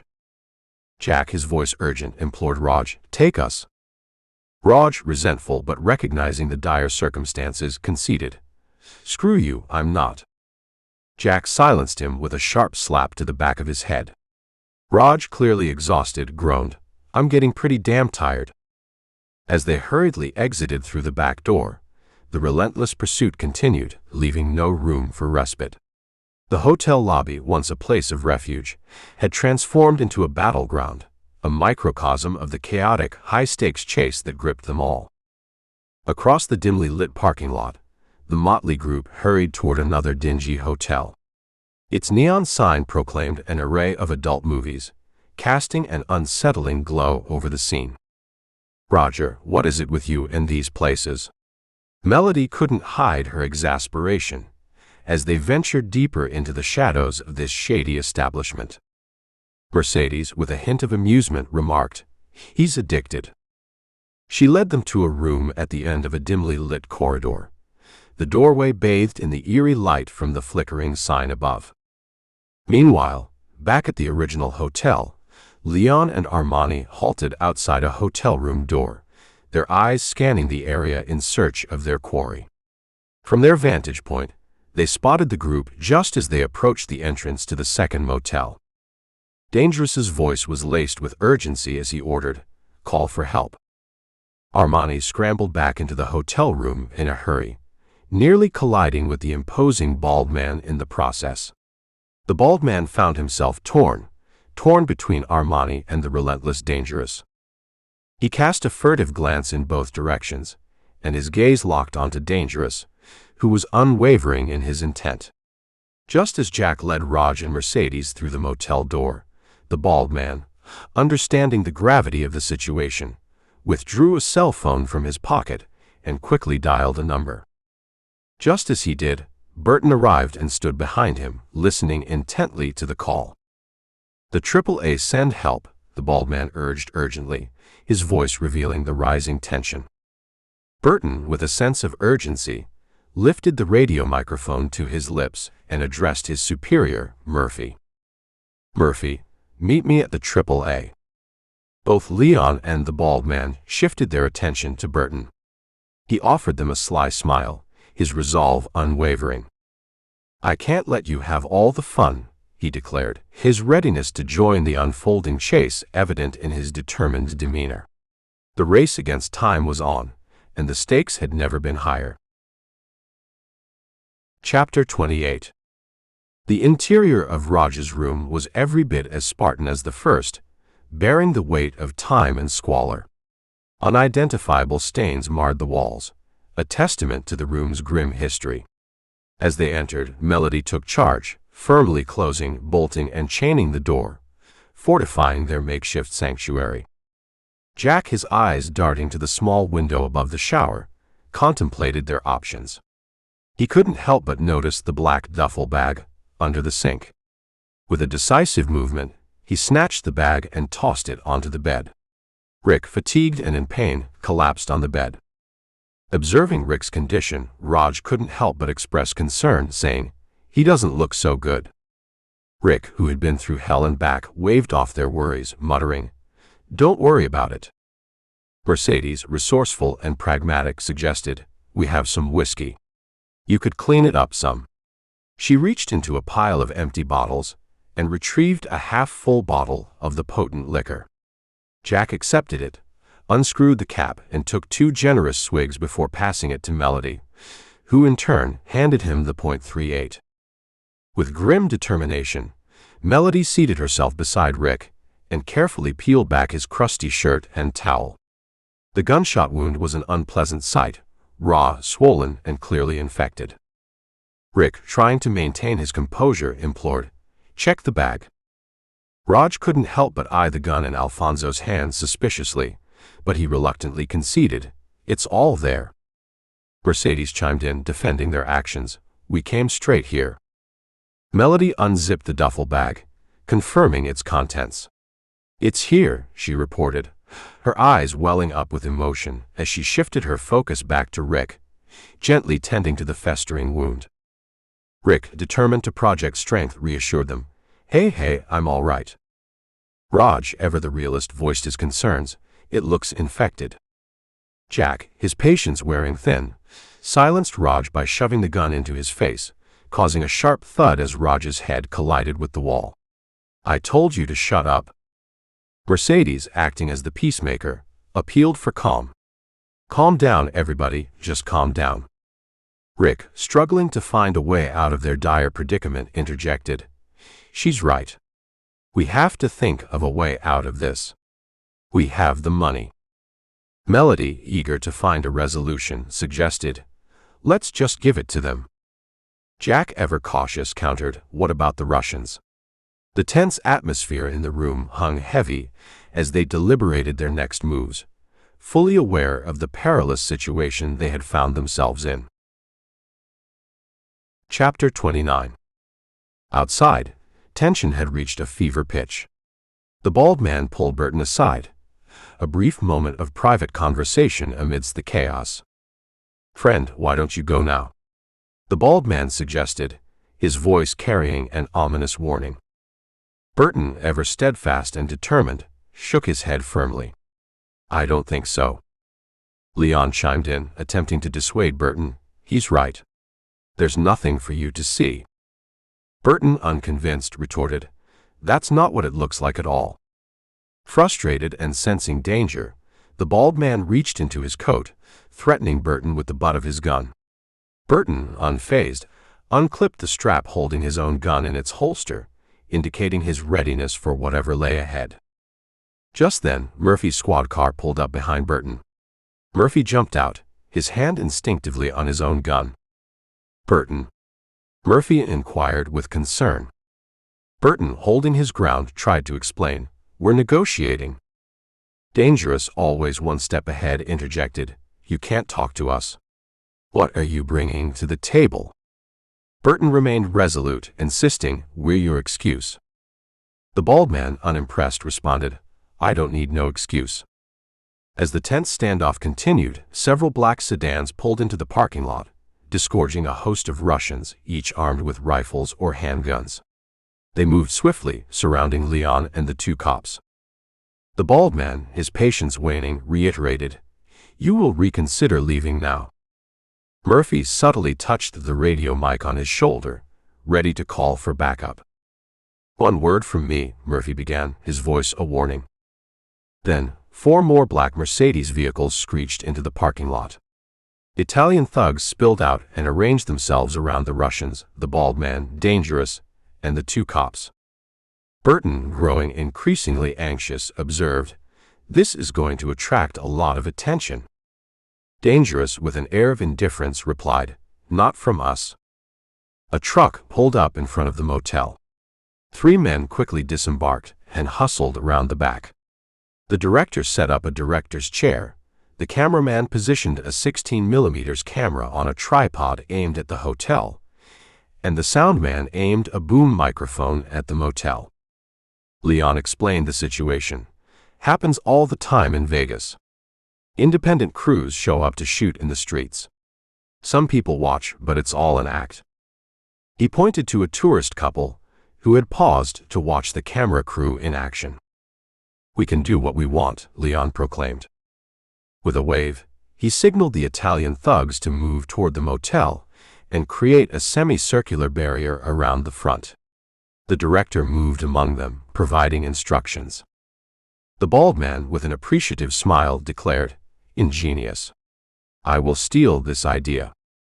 Murphy, aware of the potential repercussions, cautioned, "You can't use this again. We know about it." But Leon remained unfazed, his confidence unwavering. "How many operations can you bust before the legit guys cry foul?" Burton, leaning closer to Murphy, couldn't help but offer his own perspective. "You've got to admit, it's a pretty good idea." Murphy, always vigilant, posed a crucial question. "So you have them. And you have a way out. How are you going to get the money past us?" Dangerous, ever calculating, responded, "I'm not worried about you." He exchanged a knowing look with the bald man, who grinned. The bald man waved his troops toward the motel, and the Russian and Italian thugs began to join forces. The bald man initiated the negotiation, offering half. Dangerous, considering the proposal, countered, "We need 300. Anything above that is yours." Burton, feeling the pressure of the situation, couldn't help but ask, "What about us?" The stakes were high, and the outcome remained uncertain as they delved deeper into the heart of their precarious dealings. Chapter 30. Inside the dimly lit room, the tension hung heavy in the air as Jack peered anxiously out of the window. Rick, still weak and in pain, was growing increasingly concerned about their dire situation. "What are they doing?" Rick inquired, his voice tinged with apprehension. Melody, the pragmatic and resolute member of their group, tried to quell his fears, advising, "Don't worry about what they're doing." But Rick wasn't so easily placated. He felt the need to understand their adversaries' actions. "I need to know. How can I think of a way to get out if I don't know?" he implored. Raj, who had opted to leave their group in search of his own escape, interjected with a sense of desperation, "They won't let us out of here." Jack, his patience wearing thin, instructed, "Shut up." Raj, ignoring Alfonso's command, continued to warn the group about the danger lurking outside. "No, man, no. Look at them out there. Those are guns. They're real. You think they're coming in here for drinks?" Jack remained resolute, convinced that they could negotiate their way out of this predicament. "We'll give them the money, and they'll go." Raj, unconvinced by Alfonso's optimism, challenged the plan. "Bullshit." A heavy silence hung in the room as Melody, Rick, and Jack exchanged glances, their thoughts unspoken. Raj, growing increasingly defiant, couldn't bear to remain passive any longer. He turned to Mercedes and asked, "You coming?" Mercedes, torn between Raj and her loyalty to Jack, grappled with the decision. "Bonnie and Clyde, right?" Jack, recognizing the gravity of the situation, reluctantly advised her, "You should go." Mercedes hesitated, torn between love and survival. Raj, with resolve in his eyes, declared, "I'm out of here." With a swift motion, Raj flung the door open and dashed into the parking lot, his voice raised in a desperate plea. "They have the money. Don't shoot. They have the money." Gunshots rang out, piercing the night air. Mercedes, unable to watch, turned away with a cry of despair. Jack carefully eased the door shut, sealing their fate. Rick, realizing their predicament, acknowledged, They won't let us leave. Melody, her mind racing for a solution, questioned, "Even if we give them the money?" Jack, weighed down by the gravity of their circumstances, pondered the odds. "How are we going to get them the money?" Melody pressed for clarity. "Which ones?" Rick, his voice laced with dark humor, quipped, "Take your pick." Melody, ignoring the quip, grew increasingly worried. "Are you all right?" Rick's response was grim. "I've been shot." Melody, determined to keep his spirits up, persisted, "Now. Are you all right now?" Rick, with a hint of resignation, replied, "I'm dying." Melody, unwilling to accept defeat, retorted with fierce determination, "No. You are not going to die. We're going to get out of here, and you'll be fine." Mercedes, who had been quietly observing the unfolding drama outside, interrupted their conversation with a grave announcement. "The cops are here." Swiftly, she drew the curtains closed, darkening the room. Jack, seeking to assess the situation, cautiously opened the door and peered outside. The Russian driver took a shot at his head, but Jack managed to slam the door shut in the nick of time, the bullet embedding itself in the doorframe, showering splinters. "They're here too," Jack informed the group, his voice heavy with despair. Rick, alarmed by the escalating danger, pressed for clarification. "Which ones?" Alfonso's response was grim, "All of them." Mercedes, taking matters into her own hands, opened her bag and spilled 3 handguns onto the bed beside Rick. Melody, taken aback by the array of firepower, couldn't help but comment, "That's a lot of firepower." Mercedes, her calm demeanor belying the chaos outside, revealed, "Always prepared in my line of work. You never know what kind of weirdos are going to show up." Jack, ever the protector, picked up a 9mm handgun and worked the slide, preparing for the unknown. "I want you to hide." "This is too dangerous," Jack implored Mercedes, torn between love and the necessity of survival. Mercedes, torn but resolute, responded, "But we're a team." Jack, his touch gentle and affectionate, maneuvered her toward the bathroom, his voice filled with emotion. "I know." He touched her face tenderly before closing the bathroom door and clicking the lock in place. "You're a very special person. I can't stand the thought of you getting hurt," he declared with sincerity. Melody, ever the pragmatist, couldn't help but inject a hint of humor into the tense situation. "Why don't you ever talk to me like that?" Jack, with an air of authority, urged, "Just hide. I'll get you when it's over." Mercedes, seeking reassurance, asked, "As soon as it's over?" Jack promised, "The second." Mercedes, demonstrating unwavering loyalty, affirmed, "I'll wait for you forever." As he shut the bathroom doors, she clicked the lock in place. Rick, deeply skeptical of their chances, couldn't help but voice his doubts. "You can't be serious." Jack, his resolve unwavering, asserted, "Are you kidding me?" Melody, ever pragmatic, directed their attention to the reality outside. "We have 4 guns and an army out there. How many bullets do you have?" Rick, with a sobering acknowledgement, responded, "Not enough." Jack, contemplating their dire circumstances, reluctantly suggested, "We could surrender." The room had become a pressure cooker of tension, as they faced insurmountable odds and an unknown future. Inside the cramped and dimly lit room, tension hung in the air like a heavy shroud. Jack, contemplating their dire circumstances, decided to take a daring action. He removed his t-shirt and cracked the door open slightly, waving the shirt through the gap as a makeshift distraction. The room was filled with the deafening roar of gunshots, as the fabric was riddled with bullet holes. Melody and Jack, peeking through the curtains, watched as the Russians and Italians engaged in a conversation with the cops. Leon handed an envelope to one of the officers, who promptly stashed it in his pocket. The situation outside was becoming increasingly convoluted. Jack let the curtain fall back, his face etched with frustration. "I don't think they want us to surrender." Melody, her voice tinged with both fear and resolve, recited a poem. "What is that poem?" The candles that burn brightest burn fastest. Jack, with a rueful smile, corrected her. I think that's burning the candle at both ends. Rick, leaning against the wall, offered a grim perspective.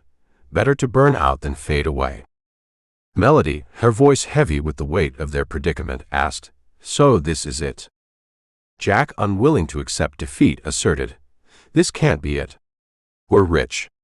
Rich people don't die like this. Rick, the voice of reason, reminded them of the harsh reality. You sent the money away. Besides, we're not really rich.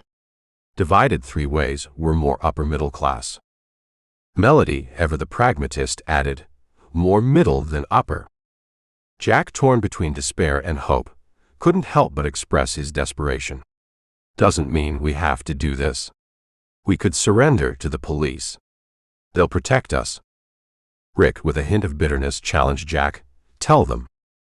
Jack, seeking a sliver of hope, leaned up to the window and yelled to the outside world, Hey police, we surrender to you. Take us into protective custody. A bullet whizzed past his face, ricocheting off the wall. The harsh reality of their situation was undeniable. Rick, ever resilient, tried to lighten the mood. Nice try. Melody, seeking an end to their agony, asked, How long do we wait? Jack, his voice filled with regret, apologized to the group. I'm really sorry I got you into this. Rick, his tone filled with acceptance, acknowledged, We're here. Not much we can do about anything else. Melody, trying to maintain her sense of humor, quipped, I really have to use the bathroom. Maybe we could get this over with.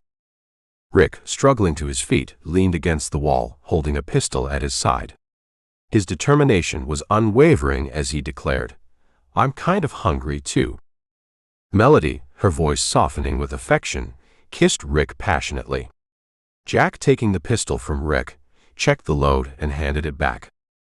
Jack pondered their fate. I could use a drink.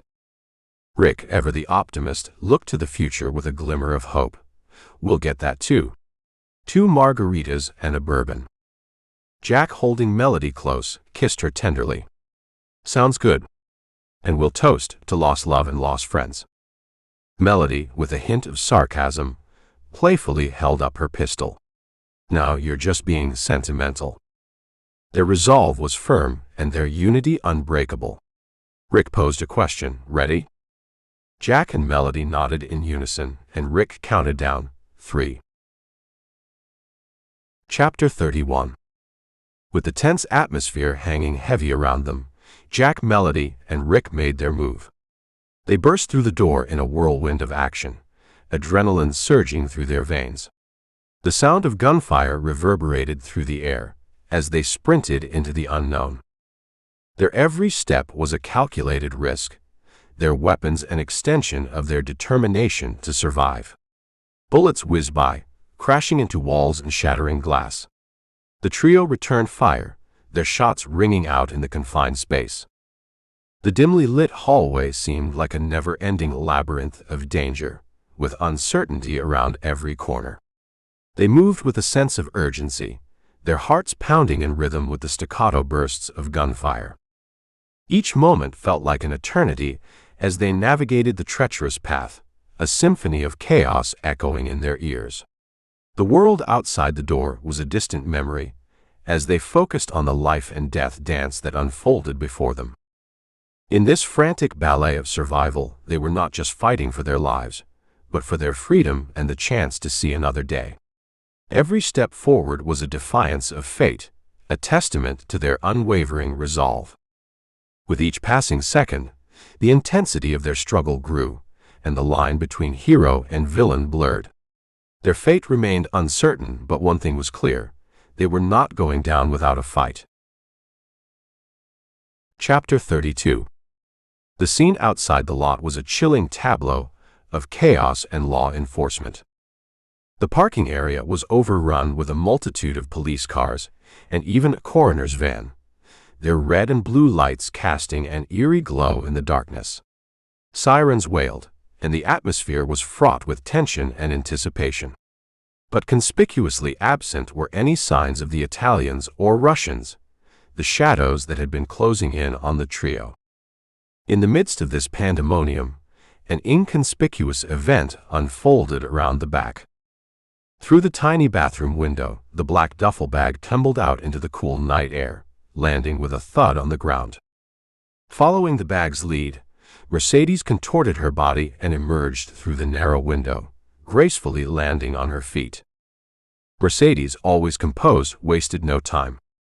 She dusted herself off with determined efficiency, straightened her dress, and hoisted the heavy bag onto her shoulder.